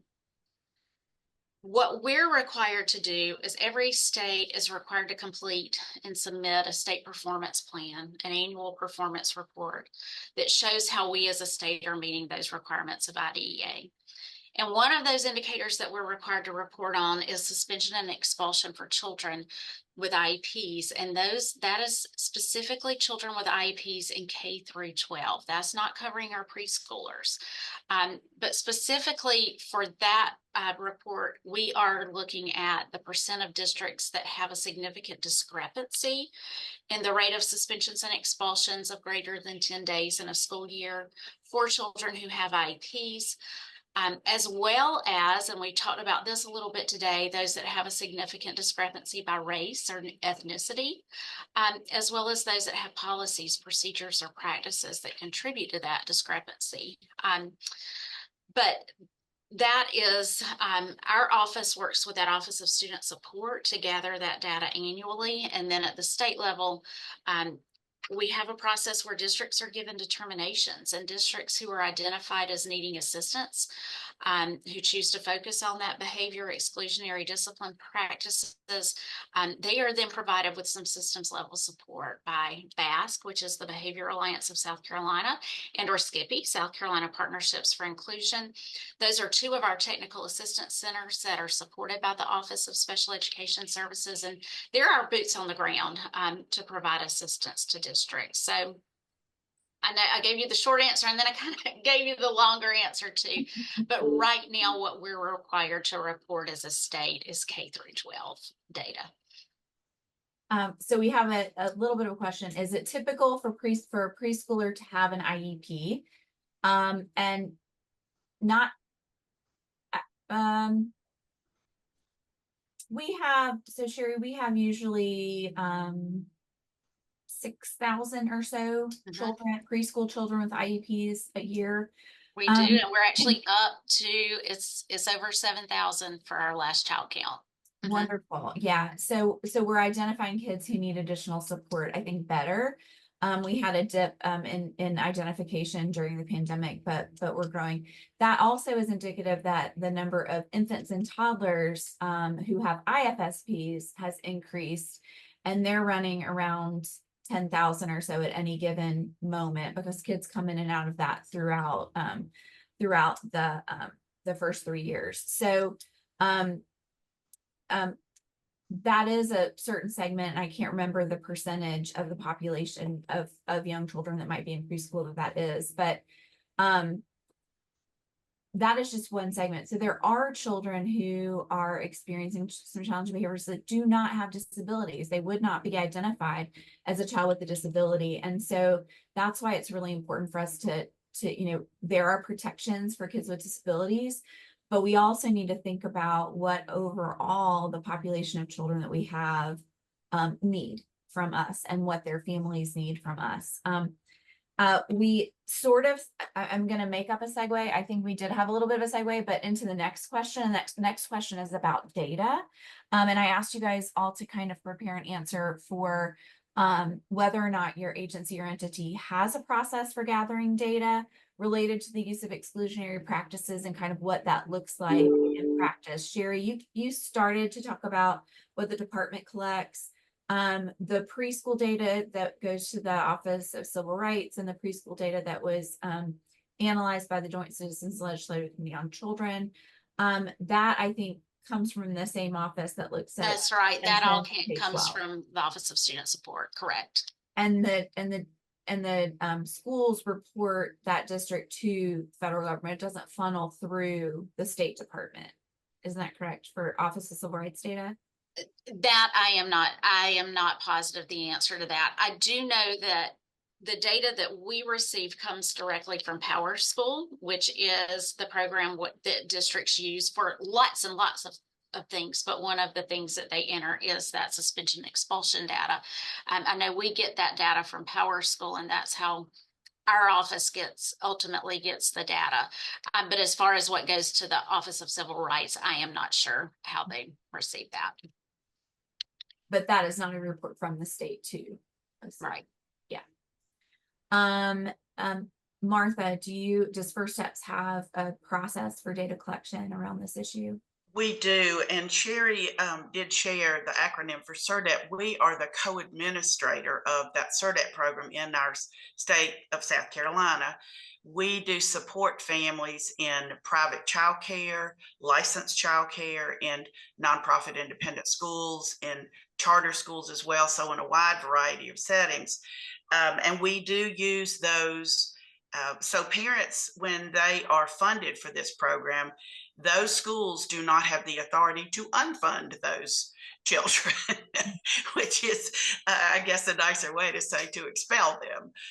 It has to be from my express authority, my written permission to say that. But in our program, because we do have many other sites, we have the ability to help that parent and family find another site that might really work. And I know some people do term that soft expulsion or soft suspension, but our whole goal is to make sure that the family and child are served. And if one place is not working for a child, let's do something different. Let's try something different. Maybe there is a program down the road that has more training in conscious discipline, more pyramid model training, and we can help that family be more successful. But we do collect the data, Heather, for that reason, because we are a state funded program. And Sherri mentioned those steps, the reasons why a parent, a program wants to suspend or disenroll a child, what interventions have happened. Then we require all the written correspondence that's happened with a parent and with other outside agencies. We want to know what strategies, what interventions have happened, and if there are any special needs, that needs to be documented. And then the final step would be all of that. And I will know well in advance if we see something bubbling up, because the coach is going to alert my office that, there's something happening here and you need to be looped in at the beginning and not at the very end. None of us want to get this long email with all these attachments and all this documentation, and it's the first we've ever heard of that issue. So that's absolutely what we try to safeguard against. But all that to say, I do receive that information in my office, so we do keep that data on hand, and we do know. But it is expelling a child is very, very seldom done, and I'm going to say up until a couple of years ago it was never done. We are seeing differences in our children now that we've got to think differently about. How can we meet families and children's needs better? Yeah. Thank you, Martha. Olandor, how do you handle that type of data collection and things like that at your, you're one grantee, but you also, have the kind of view of what other grantees are doing as being part of the Head Start Association? Sure, not a problem.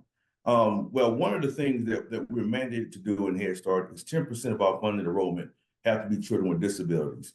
So of course, we're tracking the number of children who are coming to our early Head Start program with IFSPs, and also the children who have IEPs as well. Of course, there's a referral process that we're tracking with our children who may be in the evaluation process as well. But oftentimes when we see children who may have challenging behaviors or behaviors that may be questionable, there is a tracking process. And in our program, we use something called Child Plus, which is our data tracking process, where we track children with IEPs, IFSPs, children who are in the evaluation process as well, who may have pending evaluations and those type things. But then if there is a scenario where there's a behavior intervention plan that may be in place, we track that in that particular system as well, so that we can determine how effective that particular intervention is, and if there are additional interventions that may be required. Should a child be removed from a classroom for whatever reason, but it has to be obviously for a very short period of time, we have to ensure that our teachers and educators are doing home visits and parent-teacher conferences. So we have to ensure that services are continued to be provided to that child and to that family in that short time frame. So that also is tracked as well. So we have to ensure that we track that data. And again, that particular system is Child Plus for us. Great, thank you. Michele, do you want to speak to what's happening in the child care world around data? Yeah, this is an area that, to be honest, we really need to do more on and develop more of a process. One thing we've been working to look at is can we put something in our childcare scholarship system, the subsidy system, when parents call to transfer or the provider calls to transfer a child, to ask a few questions just to say, well, why, and kind of get around, is it the parents say that the provider said they can't come back, or, so just to try to identify if it's soft expulsions, is it true expulsions, what is it? But for me, that's about the one area I think I can do some work in, a little more concrete. And then I think we are talking more in our ABC quality program to see if there's more, like I think Olandor was talking about, like a plan for that child. If something comes up, can we establish a plan or something and have that be, something that we look at. But again, this is an area that we definitely need more work in. Yeah, that's, I mean, it's hard, right, to know. I mean, the childcare system is really in South Carolina mostly a network of small businesses. Yeah.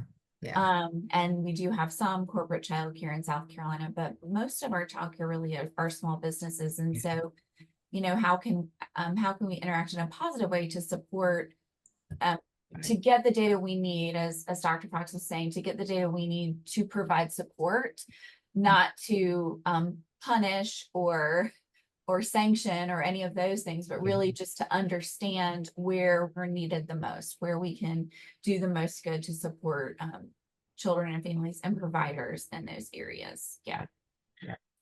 There was a question about who completes the IEP or IFSP at Head Start. And so for children who are 3 or older, the school district, the child's home school district would receive a referral from Head Start, complete an evaluation, and go through the IEP process. For IFSP, the BabyNet system in South Carolina, the child is referred from Head Start to the BabyNet system for screening and evaluation and development of the IFSP.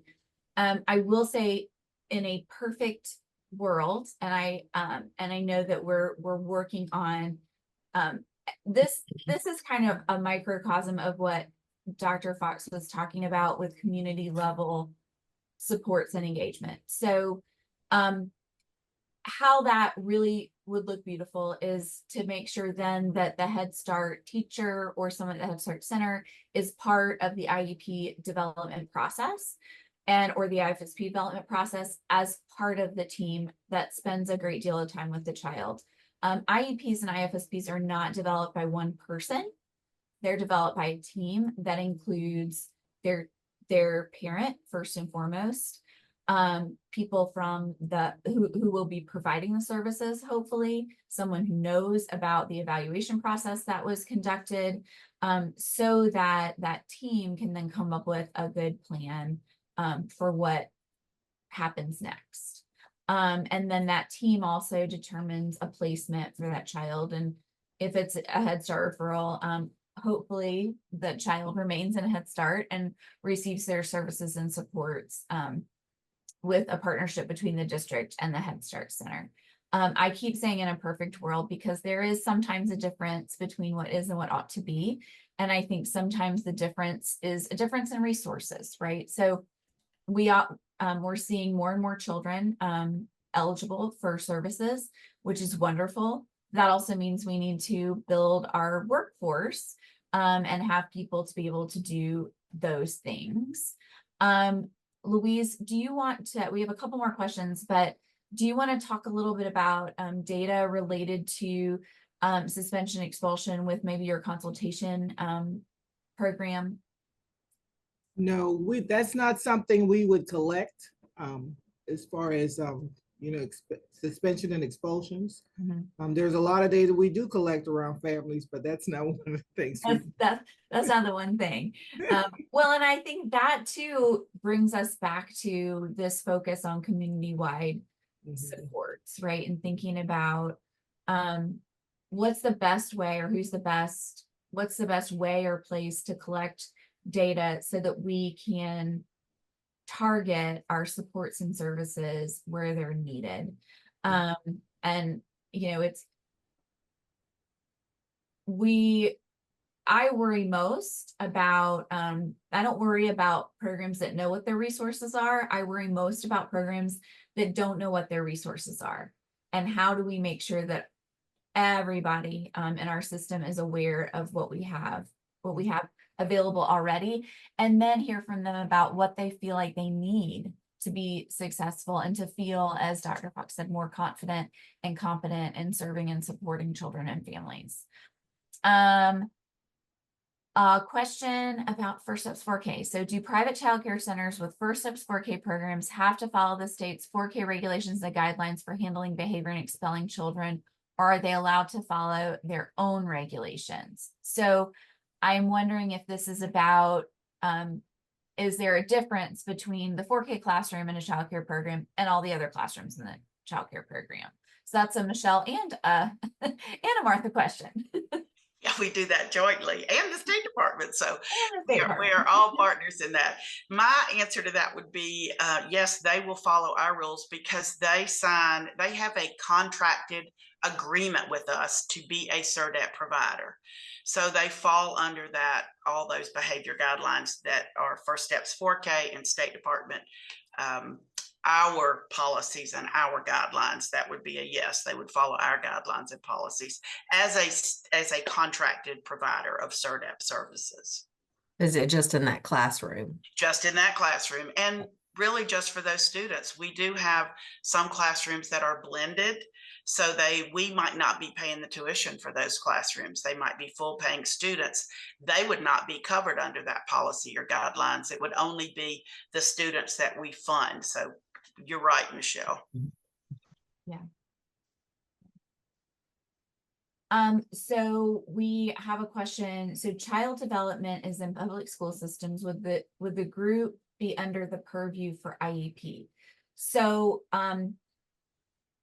we are serving a lot of preschool students now through the CERDEP program, and a portion of those children might have IEPs. And so those children that have IEPs, we look to their IEP for guidance.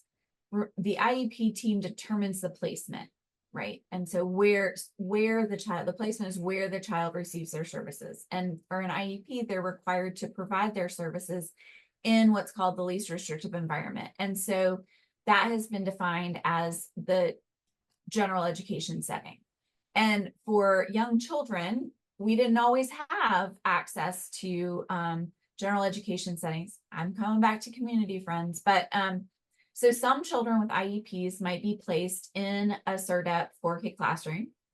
So they would be covered under their IEP and the guidelines for CERDEP. So both of those things would apply to those children.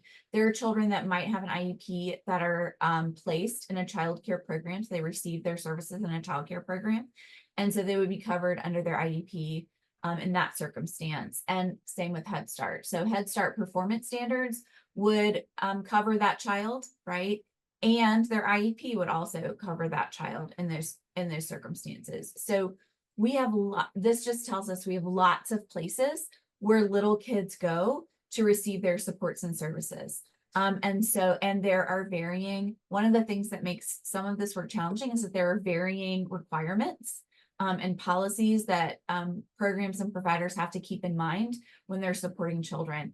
And Dr. Rosemary Allen is one of my heroes. And so she, very clearly articulates in the holistic framework that, we can't solve a complex systems issue with one thing, which is why it's important for us to kind of be together in these spaces so that we can talk about these issues and answer questions. And so the data, one of the questions was, is the data pre or post COVID? So since the beginning of CERDEP time and Head Start time, and whenever those policies were enacted, that data has been collected. The data that I shared this morning about disparities and about numbers in public preschool programs. That was from last school year. So that would be post-COVID data for that group of children. I need to dig a little bit more into that data around percentages. So like if the percentage of children who are experiencing these exclusionary practices, is that more post-COVID than it was pre-COVID? We'd have to do a little bit deeper analysis for that. Heather, I think a lot of those percentages came from, I think it was 2022. And some of that was in a Dear Colleague letter from OSIP. Okay. Yeah.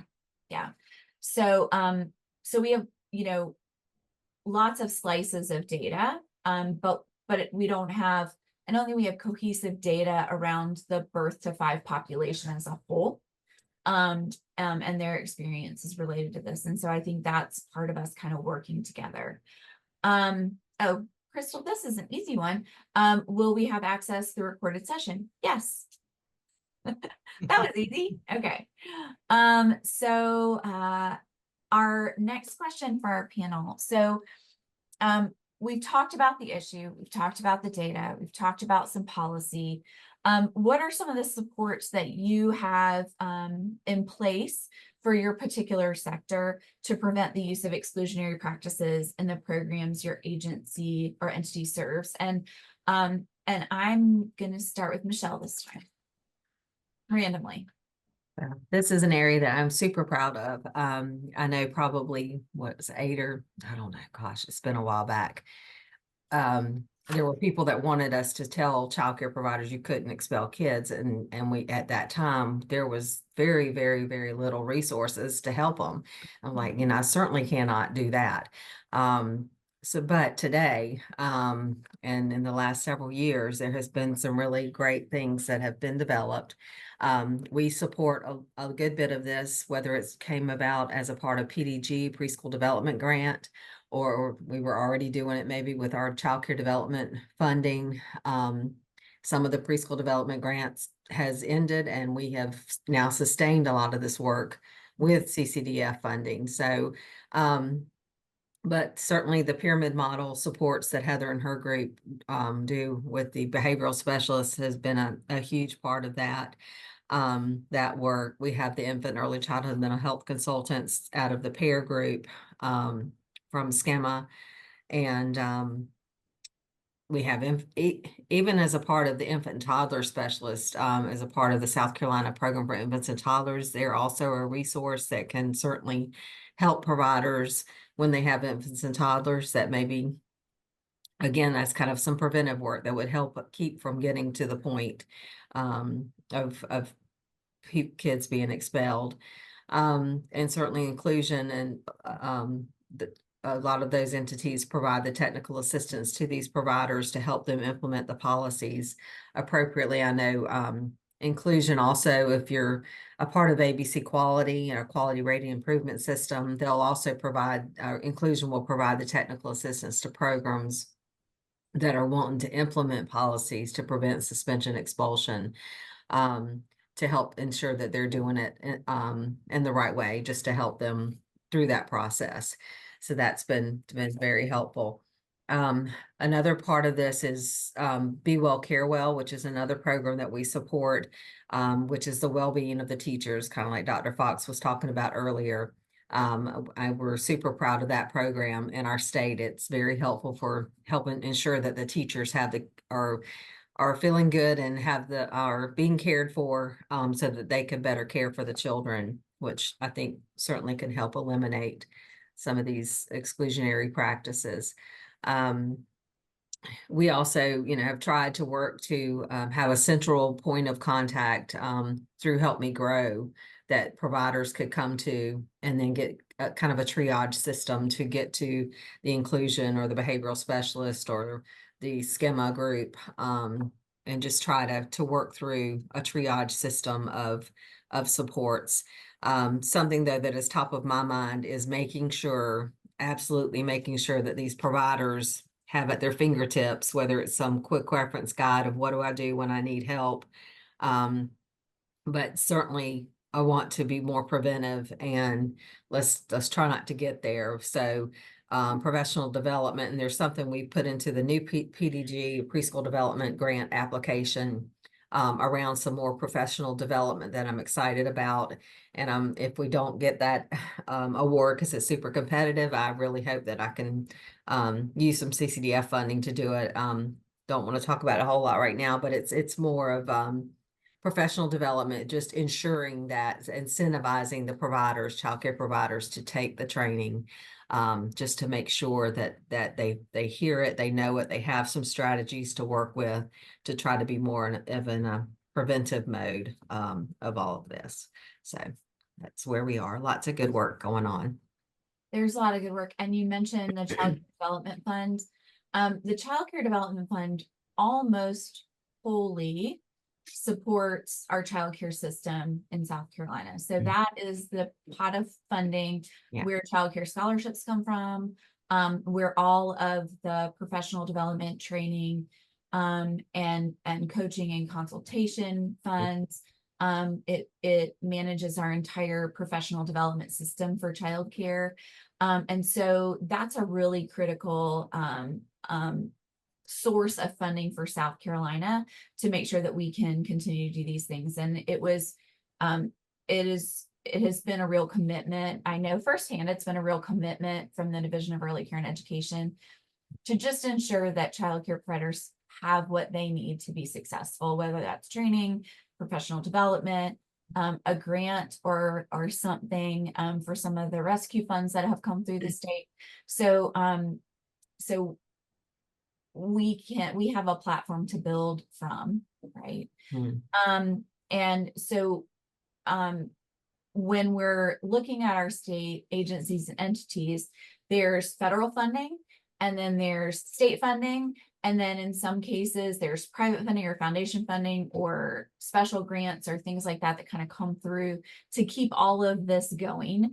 I don't want to venture off into funding too much, but the funding is really critical when we're talking about resources, right? A lot of this work is very people-centric and driven. And one of the largest resources that we have to actually support programs to limit the use of these practices are the people that can go in and walk alongside the teacher to help them enhance their strategies, try new strategies, resurrect some of the old strategies that they forgot they had, right? And sometimes we do that when we go in. And so that whenever we're talking about supports, there's got some funding behind those supports to make this all happen.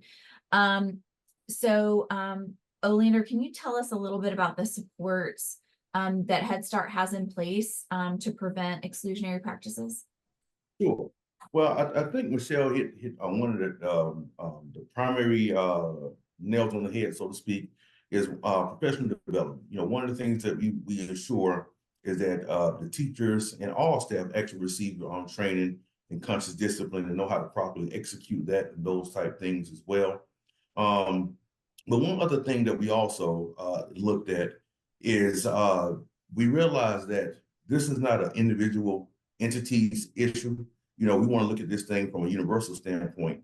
So here in Beaufort, we have something called Together for Beaufort, and we have something called universal staffing, where we actually bring families to the table, and we sit down with partners in the community, and we talk about what resources may this family find useful for their particular situation. So really taking a look at what's going on in our individual program, but seeing how we can connect families with additional resources that may benefit them short term and long term as well. So I think that's a huge indicator in terms of us moving in the right direction as regards to that. Recently, one of the things that we also looked at is additional personnel. So we just recently forwarded something to our funding source about increasing the number of persons in the classroom and to give our teachers an opportunity to come out of the classroom to decompress. So how teachers engage children and having a refreshed mindset is critically important as well, especially when you're dealing with a child with challenging behaviors. And one other thing that we did was we took a team to participate in a trauma-informed care course from UCLA. So we had a team to participate in that coursework just to learn some things as relates to how we can better support not only the children, but the families, but also staff as well. So if we are supporting staff and ensuring that their mental health and well-being is properly intact and they have the resources, then they can better engage children, problem solve a lot better, and provide more quality services. So, you know, there's multiple things that we're trying to do to ensure that we minimize just the idea of suspension being, you know, considered. So hopefully I've answered that question, but there's a lot of things on the table. But then also we want to look at trends. You know, we want to go through the self-assessment process, reviewing ourselves to see what things we can do differently. And then also look at community assessments in terms of what are the community trends that are taking place. We realize post-COVID, you know, there's been an increase. So we know that there needs to be additional trainings in the realm of autism support and those type things as well. So just making sure that we're paying attention to the trends, providing the staff with the resources that they need, the training that they need, but then also, you know, establishing those strong partnerships with the parents. I know in COVID, we purchased a parent curriculum so that we can engage parents differently and more intentionally as well. So just building more strong relationship with the parents and enhancing that communication as well. So so it's a multi-pronged effect. You know, I think you stated, but Dr. Fox stated as well. You know, providing a single solution to a multi-dimensional problem is insufficient. So we want to make sure that we address it and attack it, you know, from multiple angles. Yeah. Mary Lynne, is there anything you want to add as far as supports and resources for Head Start more globally? Yeah, we always are encouraged, and so we may have mentioned earlier that the new Head Start standards came out last night. You know, big day. So things are changing in our lives, but we are in that process too. We are more than encouraged for partners to understand that Head Start is designed to do what is best, and if it works in Head Start, then it will be a part of everybody else's life. So we encourage the strengthening of the partnerships with everybody, not just on this panel. We're glad to see, because we know all of you, but but everybody, and it's in place. And yes, it started in 1965, and yes, it's for a specific income level, but if you read about it, it's designed to ensure that if it works, it's just like with Pyramid. A lot of people don't realize that it was a Head Start initiative with Vanderbilt, and then it became something for everybody. So it's designed that if it works in Head Start, then it will move into, the only difference is Head Start is not a block grant. Head Start is the last in place discretionary money under HHS. It's really military money, but it's moved over to Administration for Children and Families. So we want to encourage others that we are to be considered a partner for, and if it's working with us, then we share that information so others can move up to that level. So we want to encourage that, so nobody will get pushed down in the process. So we're moving forward to lift families. Thank you. Sherri, what resources or supports has OSIS put into place to really focus on prevention? Just like Michele, this is the one I was excited to talk about. First, Lisa mentioned this earlier, but at the federal level, the Department of Education has really recognized that need for behavior and mental health supports. And so they have provided many resources to support early childhood settings and K-12 schools. So there are federally funded centers that provide resources on topics related to mental health and behavior, just like Lisa from Pyramid Model was talking with us today. But then at the state level, our office has contracts with 4 technical assistance centers that make up what we call SC teams. And 2 of these technical assistance centers that I referred to earlier have either a behavior focus or a behavior component. BASC is the Behavior Alliance of South Carolina, and they focus on behavior. They're the Behavior Systems Resource. And then SCIPI, South Carolina Partnerships for Inclusion, They also provide assistance to districts at a systems level through pyramid model implementation. Pyramid pieces, I think we are probably, everybody on this panel is a part of the state leadership team. But Pyramid Pieces is a cross-sector team, and our purpose is to promote and support the well-being of young children and their families. We've talked a lot about families today through that implementation of the pyramid model. The Office of Early Learning and Literacy in our office, we've worked in conjunction with them on several things. They also provide support for teachers as well with regard to pyramid model. They provide additional training, first 21 days of school. But between our two offices and some grant projects, PDG projects that we've worked on together, in the past couple of years, we've been able to provide a lot of professional development for our early childhood teachers. And pretty much all of the professional development that we have been able to offer, we've also opened our doors to just cross-sector, to Head Start, to child care centers, First Steps, anyone who wanted to participate. But we have had some additional training on crisis prevention. We did a series on behavior interventions that work, adverse childhood experiences, tiered interventions. We've done creating safe and effective early childhood classrooms. So we've been able to offer a lot of professional development together in conjunction with each other. Mm-hmm. And you mentioned South Carolina Partnerships for Inclusion and the Behavior Alliance. And right now, like not like this minute, but during the next month or so, Basque and Skippy have been working together to and have invited administrators from the schools that we work with and from the districts that we work with to talk about codes of conduct, and if the codes of conduct that they have in place in their district keep young children in mind.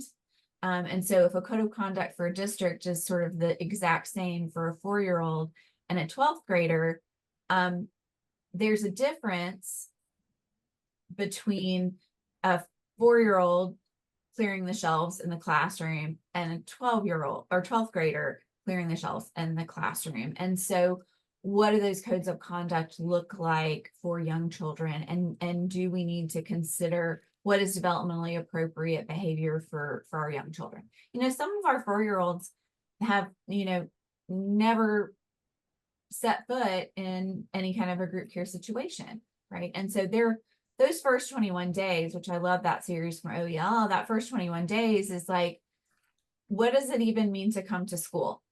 Like, that's what we're doing. We're just trying to like figure out, what does it even mean to be at school and what does that look like? And that reminded me too of the supports that our child care resource and referral provides, that is supported and contracted with the Division of Early Care and Education in child care programs. What is good early childhood practice? What are positive environments? What are appropriate materials and things like that we need for our young learners to be able to thrive, engage, and prevent, right? If you have one paintbrush in your art center, it's going to be rough. If you have a whole classroom full of kids who love to paint, that's going to be real hard. So what can we do and how can we support those sort of, I think in pyramid model, because that's my framework, but those bottom parts are developing, nurturing relationships and focusing on your environments. And that just brings me back to, what is good early childhood practice? What does a 4K room look like? And sometimes it's helpful for our building level administrators at schools to understand, what is a 4K classroom supposed to look like? Because it doesn't look like a 3rd grade classroom. It doesn't function like a 3rd grade classroom. And if you're a new administrator and your first job is the assistant principal in an elementary school with a pre-K program, understanding what it means, if you've got 4-year-olds sitting outside your office waiting to get their consequence for discipline, what does that mean? And what should that look like? And so I'm excited about that series. I'm excited about all the supports we have, just basic supports around that. We've had First Step or CERDEP provides materials grants. A lot of the programs that Michele talked about provide materials grants to make sure people have what they need in their classrooms to be successful. Head Start has specific their performance standards are very detailed. There is no stone left unturned in what the classroom is supposed to look like, what the teacher is supposed to be doing, which is really wonderful, right? Because it gives a very specific and concrete way to engage with kids and families, which I think is a testament to its longevity, right? Head Start has been with us since 1965. So anywho, Louise, can you talk a little bit about the resources that mental health has available around preventing suspension, expulsion, caring for the well-being of teachers, kids, and families? I'll be happy to. Just want to start by saying, the comments around the procedures are the same for adults. I was at the Legislative Committee on Children, and that really concerns me. One of the things I'm often saying is children are not many adults, that, we have to understand what's appropriate during that developmental period. And we find that a lot of our child care providers and a lot of our educators are not aware. But some of the things that I was quoted in that state article is another way of saying it. I was saying there's no silver bullet. So all our efforts together is what we need to bring together and work collaboratively around addressing this issue that I find extremely concerning, because this behavior around suspension and expulsions puts our kids on a trajectory to the juvenile justice system, to abuse, to a lot of other different situations. And so I'm just really thankful. I want to start by saying that we're even having this discussion. But so, one of the things that some of the things that we've done, we've made a lot of changes in our system. I would say over the past 5 years, we've seen the increase in the number of 0 to 5 population that we serve. That's some data that we do collect, has drastically increased within mental health. We've hired our own. Because I was trying to do it all, but we've hired our own. We have a person that's her full-time job, is to focus on the young children. And through that, a number of things have happened. She was hired through a grant that we have. However, we're looking for this long-term. But a number of things that have happened as a result of that hire. We've really built, we have what we call infant early childhood mental health champions at each mental health center. And keep in mind that we're everywhere. We're the largest provider of mental health services. We're in the rural areas. And so, and because we're a public provider, we don't exclude, so we really try to serve, to expand our wings in that way. So we're also, as a result of that, also, we have put on our learning management system a number of the trainings. And Anita, who's the person I talked about, she's also a trainer, been trained through Schema to be a trainer in a number of things. And I've had some conversation about Heather expanding that training to our champions to include the pyramid model. So, a lot of what we have done has been around workforce development. But there has been some policy changes. We're in half the schools. So in a lot of these preschool programs are in schools. And so anybody that we have in a preschool or in a public school, an elementary school, also have to be trained. These trainings are required. And that's one of the unique things about South Carolina as well, because they all belong to one system. So we're requiring a number of trainings for our champions in order so that they can really have the skills and competencies that we expect when we talk about working with the adults in the lives of these young children,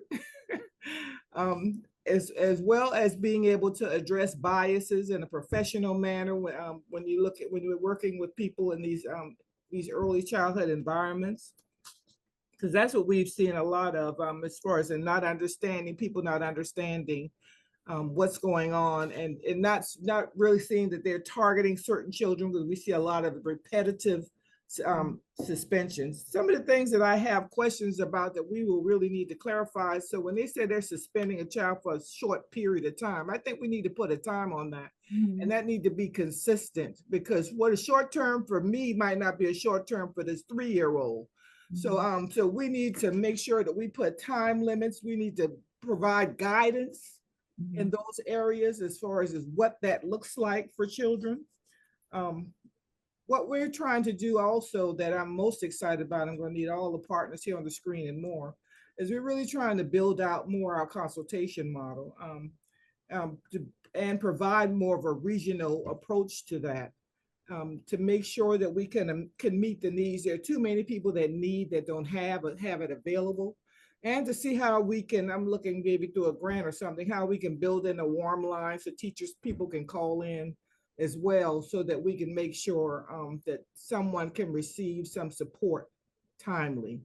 Because these are people that are on the low end of the pay band oftentimes, and are really need a lot of support in their personal lives. So how can we make sure that they're getting the support that they need? All these people that are coming in contact with South Carolina babies and young children. So I think that's about it. We're also involved with the Handle the Care initiative as well. So we're trying to make sure that when something traumatic happens, that we're aware of that schools are aware of that, and that those individuals get some attention as soon as possible, and that people, even in early childhood settings, are aware that that child might be fussy or crying a lot or whatever, and it's not indicative of a child with problematic behavior. And even that, how can we really be more concise when we say, well, that problem behavior, because the report that the data we saw, it's really, to me, I was trying to understand is what's this problematic behavior that you really cannot deal with, and and why you, and where are you, and why you cannot deal with this behavior when you're talking about, like someone, Michele said, a 1-year-old. That really concerns me, as far as in really making sure we're clear about their description of this problematic behavior. I know I've said a lot, but I was listening to everybody and I've been holding a lot. So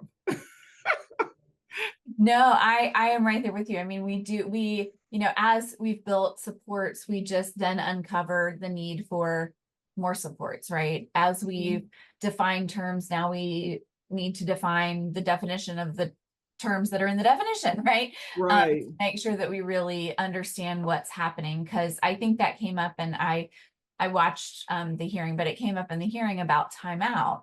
Well, what does that really look like? Because you mentioned in that meeting, is it 10 minutes or is it 4 hours? We don't know what period of time that is that children are outside of their learning environment. And so I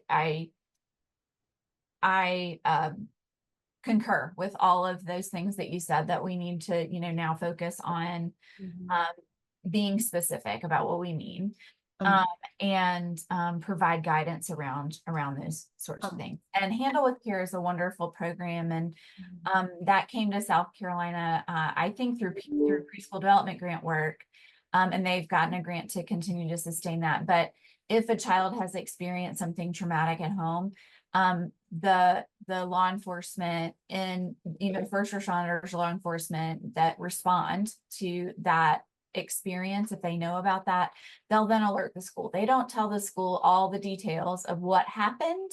They just say that something happened to this child, that you should be aware that something happened to this child, and then we can really put on our trauma-informed glasses as we're viewing the situation and supporting the child.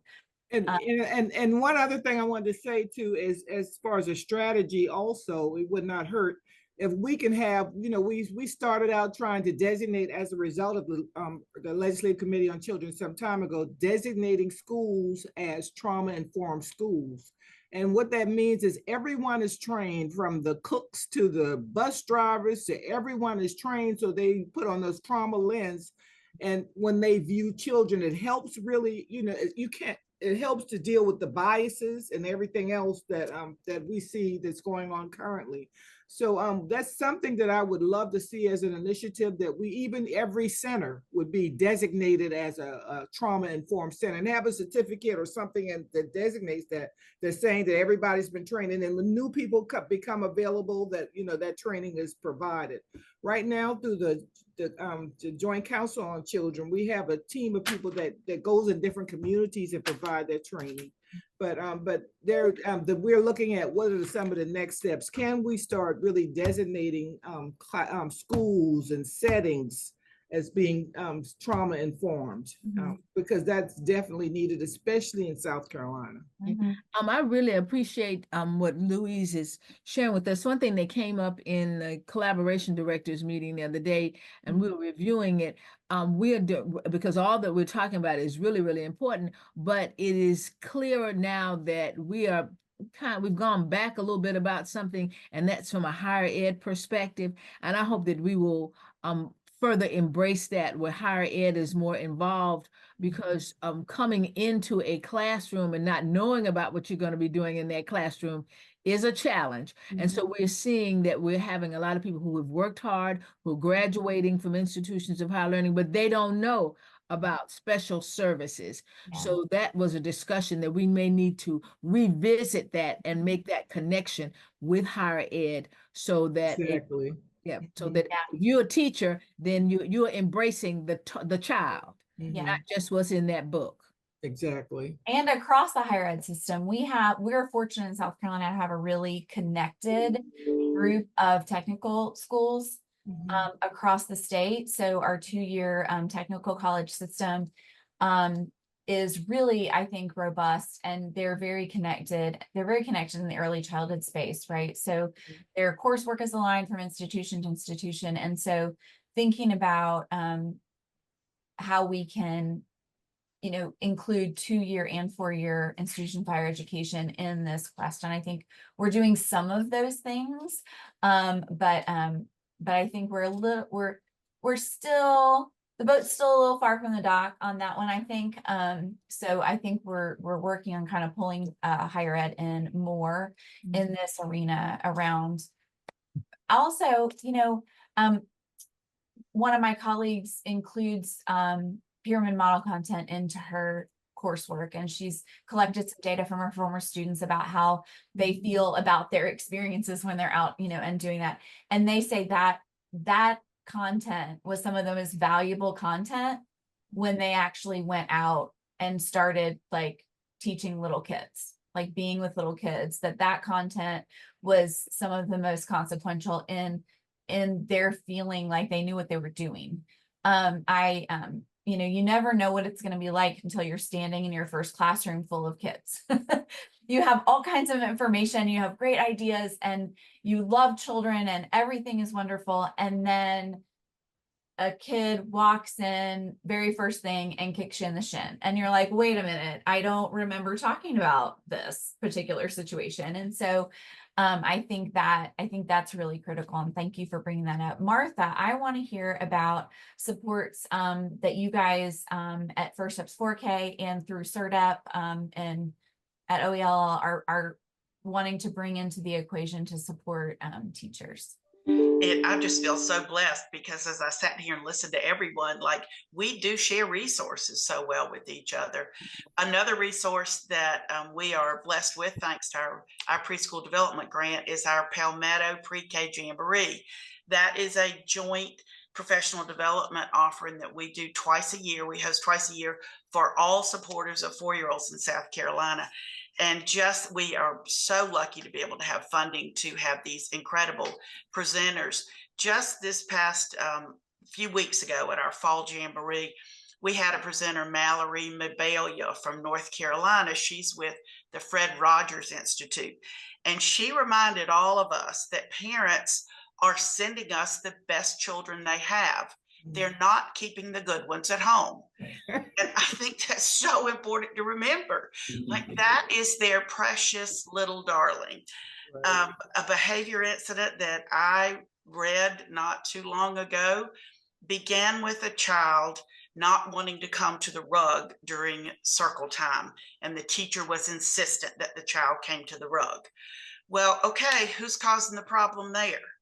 Like, we really have to step back and think maybe that child would be much better off going and playing in the block area while the teacher did her circle time activity. And if she read a book, I'd be probably 100% willing to bet that child could answer every question about that story. Maybe this child doesn't have the core strength to sit on a carpet and it's not comfortable for him. There are just so many things that we have to think about as we work with our children. But I do feel so blessed, and I know First Steps 4K and our CERDEP program, we share so many resources together. I love too that Michele brought up the Be Well, Care Well. We do have to think about our teachers and our providers and make sure that their mental health, as Louise said, that has to come first.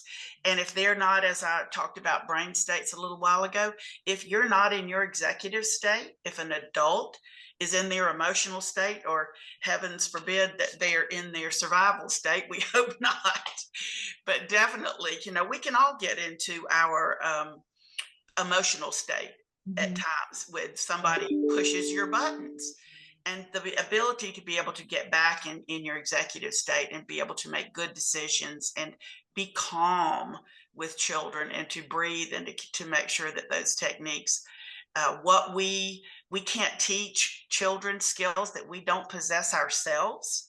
So modeling those techniques for children and downloading calm into children. We talk about all this with our conscious discipline work at all times, but it has to, it's with all of us. So that professional development is key in all aspects of our work. But I think in South Carolina, we do a phenomenal job of sharing all these opportunities with each other. Yeah, I mean, we know that, I mentioned funding. We know funding is, the funding we want is not always the funding we get, right? And so it requires us in South Carolina to really work together so we can maximize what we do have to the benefit of the folks that need it. Sherri, you mentioned a little bit about the supports that OEL provides in CERDEP classrooms, and I didn't know if you had anything else to add for that. We have a few questions and comments that we can get to. I think that was pretty much the update for OELL and those supports. OELL does have early learning coaches that go out and support those classrooms. There are so many classrooms and so few of them, though. However, they can't be in there, daily, weekly, but they do provide additional supports for CERDEP teachers, and I believe additional supports for those first-year teachers as well. So we had a question. I saved this one. So we have been talking about exclusion related to a behavior issue or a difficulty that folks are having related to behavior. And we have a question about potty training. This one comes up every time. So the question is, with the increase in young children not being fully potty trained, can publicly funded preschools require that a child be potty trained before they are allowed to return or enroll in a program? No. I see lots of shaking heads, and the answer is we're all shaking our heads. No. And I want to expand on that just a little bit, because we've had these conversations a lot. 3 and 4-year-olds have accidents. That's just a thing that happens, even if they are fully potty trained or considered fully potty trained. And so that is part of preschool. That's just part of preschool. Now, some children might come to us and they're not as far along in their potty training as we'd like for them to be at 4. And there are a number of reasons for that. One reason could be that they have a disability. And the Department of Justice has come down on, you can't exclude children simply because they have a disability. And if the potty training is related to that, then that's one aspect, right? But if the potty training is that children just haven't had the opportunity, I can bet if you get everybody on a schedule, you'll be on a schedule pretty quick for kids who don't have a developmental issue around potty training. Is it hard? Absolutely. Is it one extra thing to do? Absolutely. But I would say the kids that are coming to us in CERDEP programs and in Head Start programs have a lot of needs, and their families do too. And if these programs are in place so that we can support children to grow in their development and to have access to a high quality learning environment.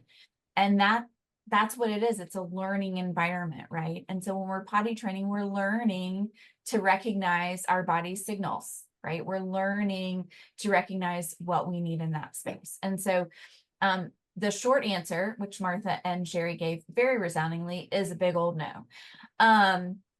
And then we also, sometimes in childcare, we get calls about children with disabilities, and they don't want to promote a child up to their 3-year-old classroom. They don't want to transition a child to the 3-year-old classroom if they're not potty trained yet. Well, if a child has a disability, one I'm thinking of is if a child has spina bifida, it might be that they're never fully potty trained. They might be using a catheter, and we can't have a 12-year-old child in the 2-year-old room. Because they need some support and help with toileting. So if you have concerns about that and you need to reach out for more resources, there are plenty of resources that we can direct you towards around that issue. And one of our participants shared a link that we will share in the email. There is a public comment option. There's an advisory council for the education of students with disabilities in South Carolina. That's a federally required advisory council around IDEA, so that's children with disabilities. And we do have a specific preschool committee on that council in South Carolina. But you can, we'll send the link, and there's a process if you'd like to make public comment in front of that advisory council. I will tell you, as a member of that council, that we do hear all of that comment. You might not receive a response immediately, but we hear all of that, and we see if there's something that we can do to support that particular need. All right, so I am done with our formal question answer. We have 13 minutes left in our time together today, and so please put in the Q&A box any questions you might have for this panel, any clarification, anything like that. Or you can also tell them how great they are, because I'll tell them that anyway, but they might like to hear it from others as well. Is there anything that the panel thought of as someone else was answering a question that you wanted to share that came to mind after hearing everyone else's responses?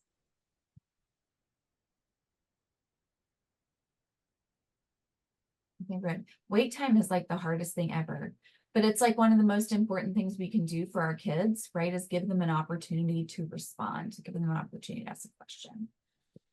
Heather, I would Yes. like to add, obviously today we met from 9 to 12:15, and in the subject matter, like the one we're discussing today, there's so much to unpackage, and this is really, easily a week's worth of information that should be shared, in the conference format. So I think that may be something that we really need to look at, so we can have some in-depth conversations around policy development, about how to appropriately execute, certain procedures and those type things. I think Louise made a fantastic, recommendation as relates to having trauma-informed, schools, centers, and things like that. And what would a training protocol look like for something like that to be implemented? So I think, just thinking long term, I think this is something that we really need to revisit, because it's going to be ongoing. We know our community and our society has shifted, which leans toward a lot of things that we're starting to see right now in our classrooms. So I think those things need to have to be addressed as well. That actually is a wonderful segue. I mentioned at the beginning that Champions is going to go in person again in 2025. And we're searching for a new date. We're packing up and moving to a different date. On the evaluations, which you'll have a link to from Suzanne, who's been behind the scenes this whole time keeping this thing going. You'll have an opportunity to sort of pick a month that you think that might be good. But for 2025, we are planning on extending this conversation into practice. And so we're intending to have really strategy-based sessions at Champions in 2025 that teachers can kind of fill up their toolboxes, and folks and early interventionists and mental health consultants and home visitors. That conference is open to sort of anyone who works in the early childhood sphere. And so we will be planning that. And I think that, across our projects, when we think about what our institutions, our agencies, our projects, how we can coordinate, right? With, are we maybe sending some messages at the same time to different audiences, and tweaking those to the audiences that we have, I think is really a wonderful thought as well. We have some really great job comments that are coming in, and appreciating the information. One question is, do we have a system in place for conflict resolution for parents to communicate their concerns? Specifically for program or for special education supports and services, yes, there is a process for conflict resolution and a parent to communicate their concerns. In childcare, that can be a call to licensing to report a concern or a conflict that might be happening. Head Start, what is your process for conflict resolution and really working with families through a concern? Sure, not a problem. So each family that is enrolled in our Head Start program, they are assigned a family service worker. So the family service worker will provide, the immediate engagement with that family as relates to their concern.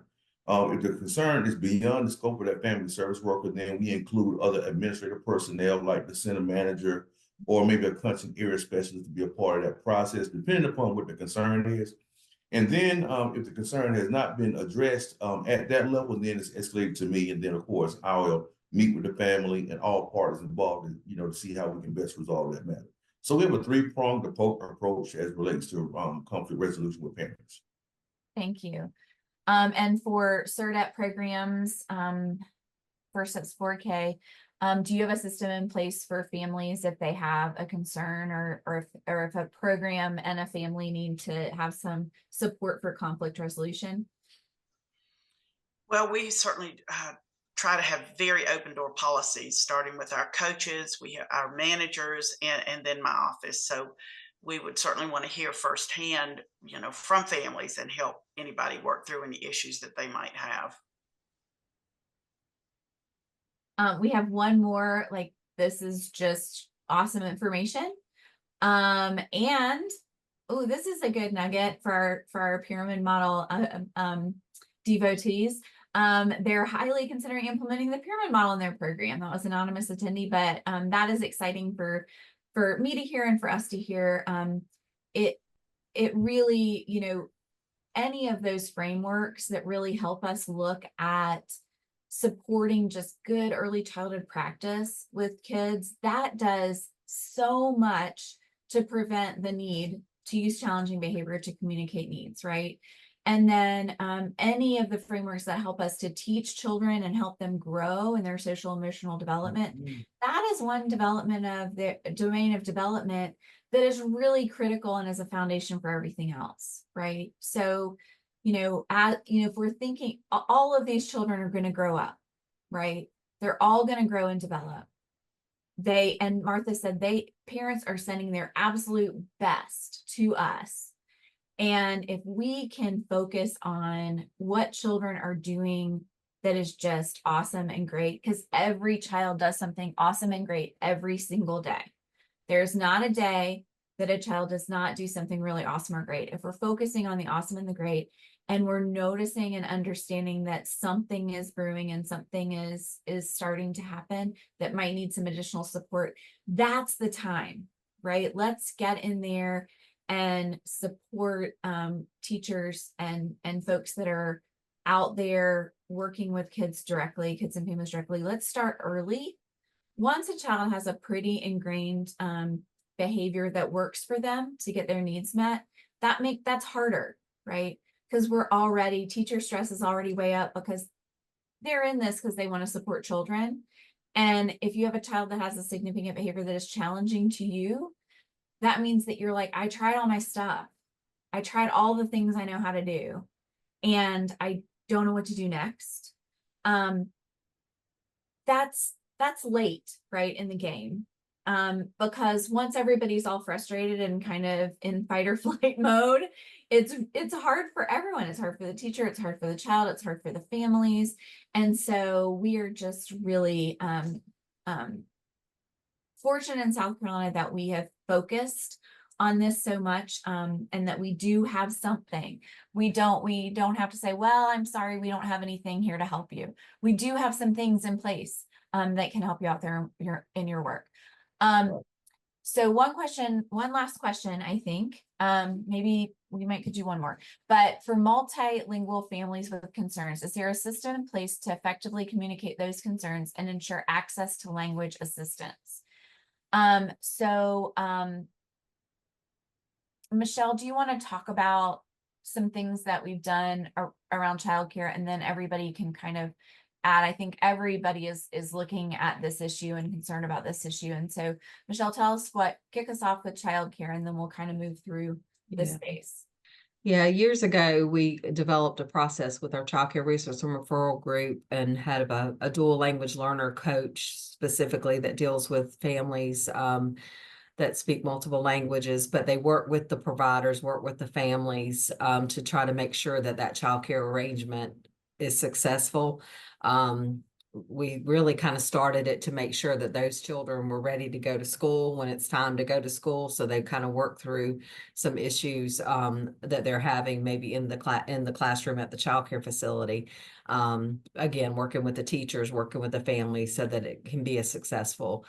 We provide childcare slots for those children, and again, just trying to wrap ourselves around them with our R&R dual language learner specialist and coaches to make it a success, to try to, work on those issues before they get ready to go to big school. So, yeah.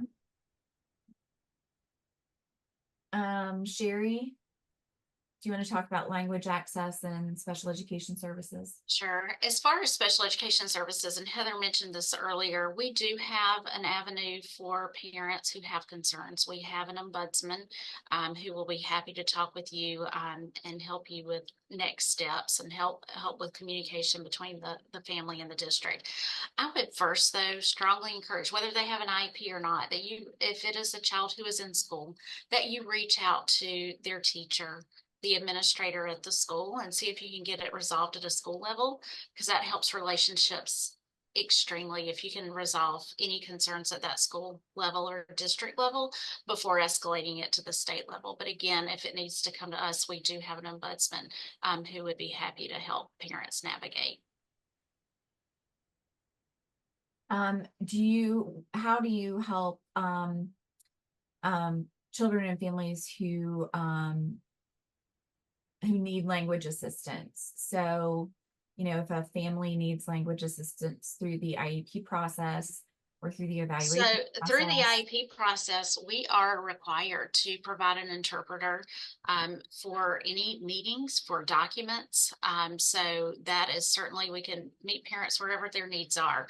If you need an interpreter for a meeting, if you need a document translated, whatever that may be, we do provide those resources for parents.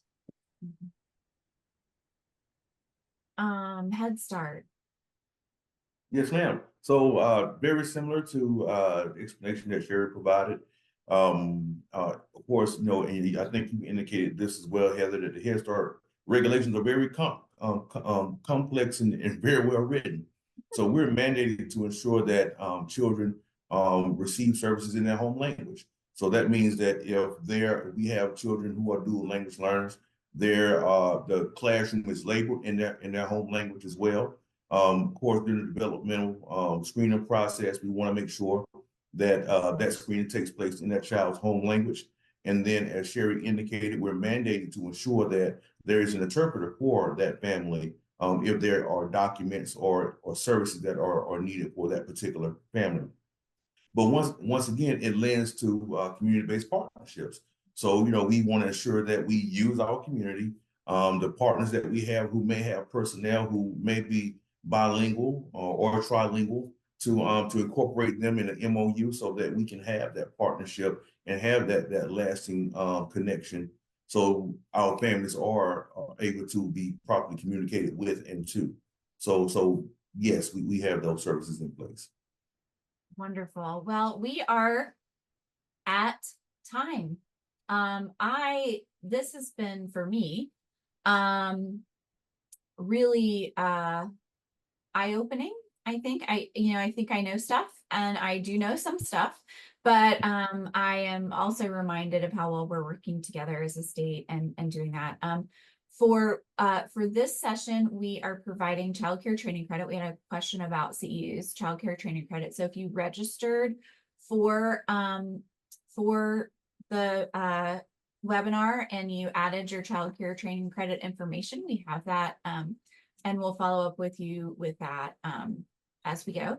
And there will be an evaluation that we would love for you to complete. It's really important for us to know what you need, and if this was something that was useful or helpful for you in the work that you're doing. And so much gratitude to Dr. Fox and to our panelists for taking their time to prepare and be here to answer your questions. I think that's also a testament to the willingness of your state leaders to be responsive to what you need, and to make sure that they're sharing as much information as they can about the services and supports that are available.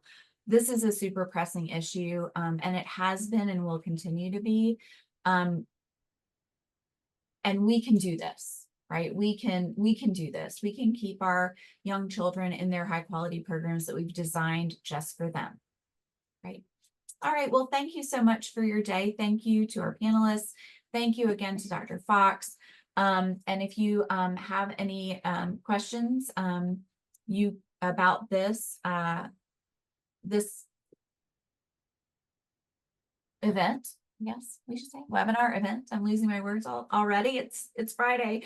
Then you can email events at well, I'm not going to say that. We'll send out an email to everyone, because now I forgot what the thing is. But I appreciate you all, and thank you for being here, and thank you for our participants. Have a wonderful Friday.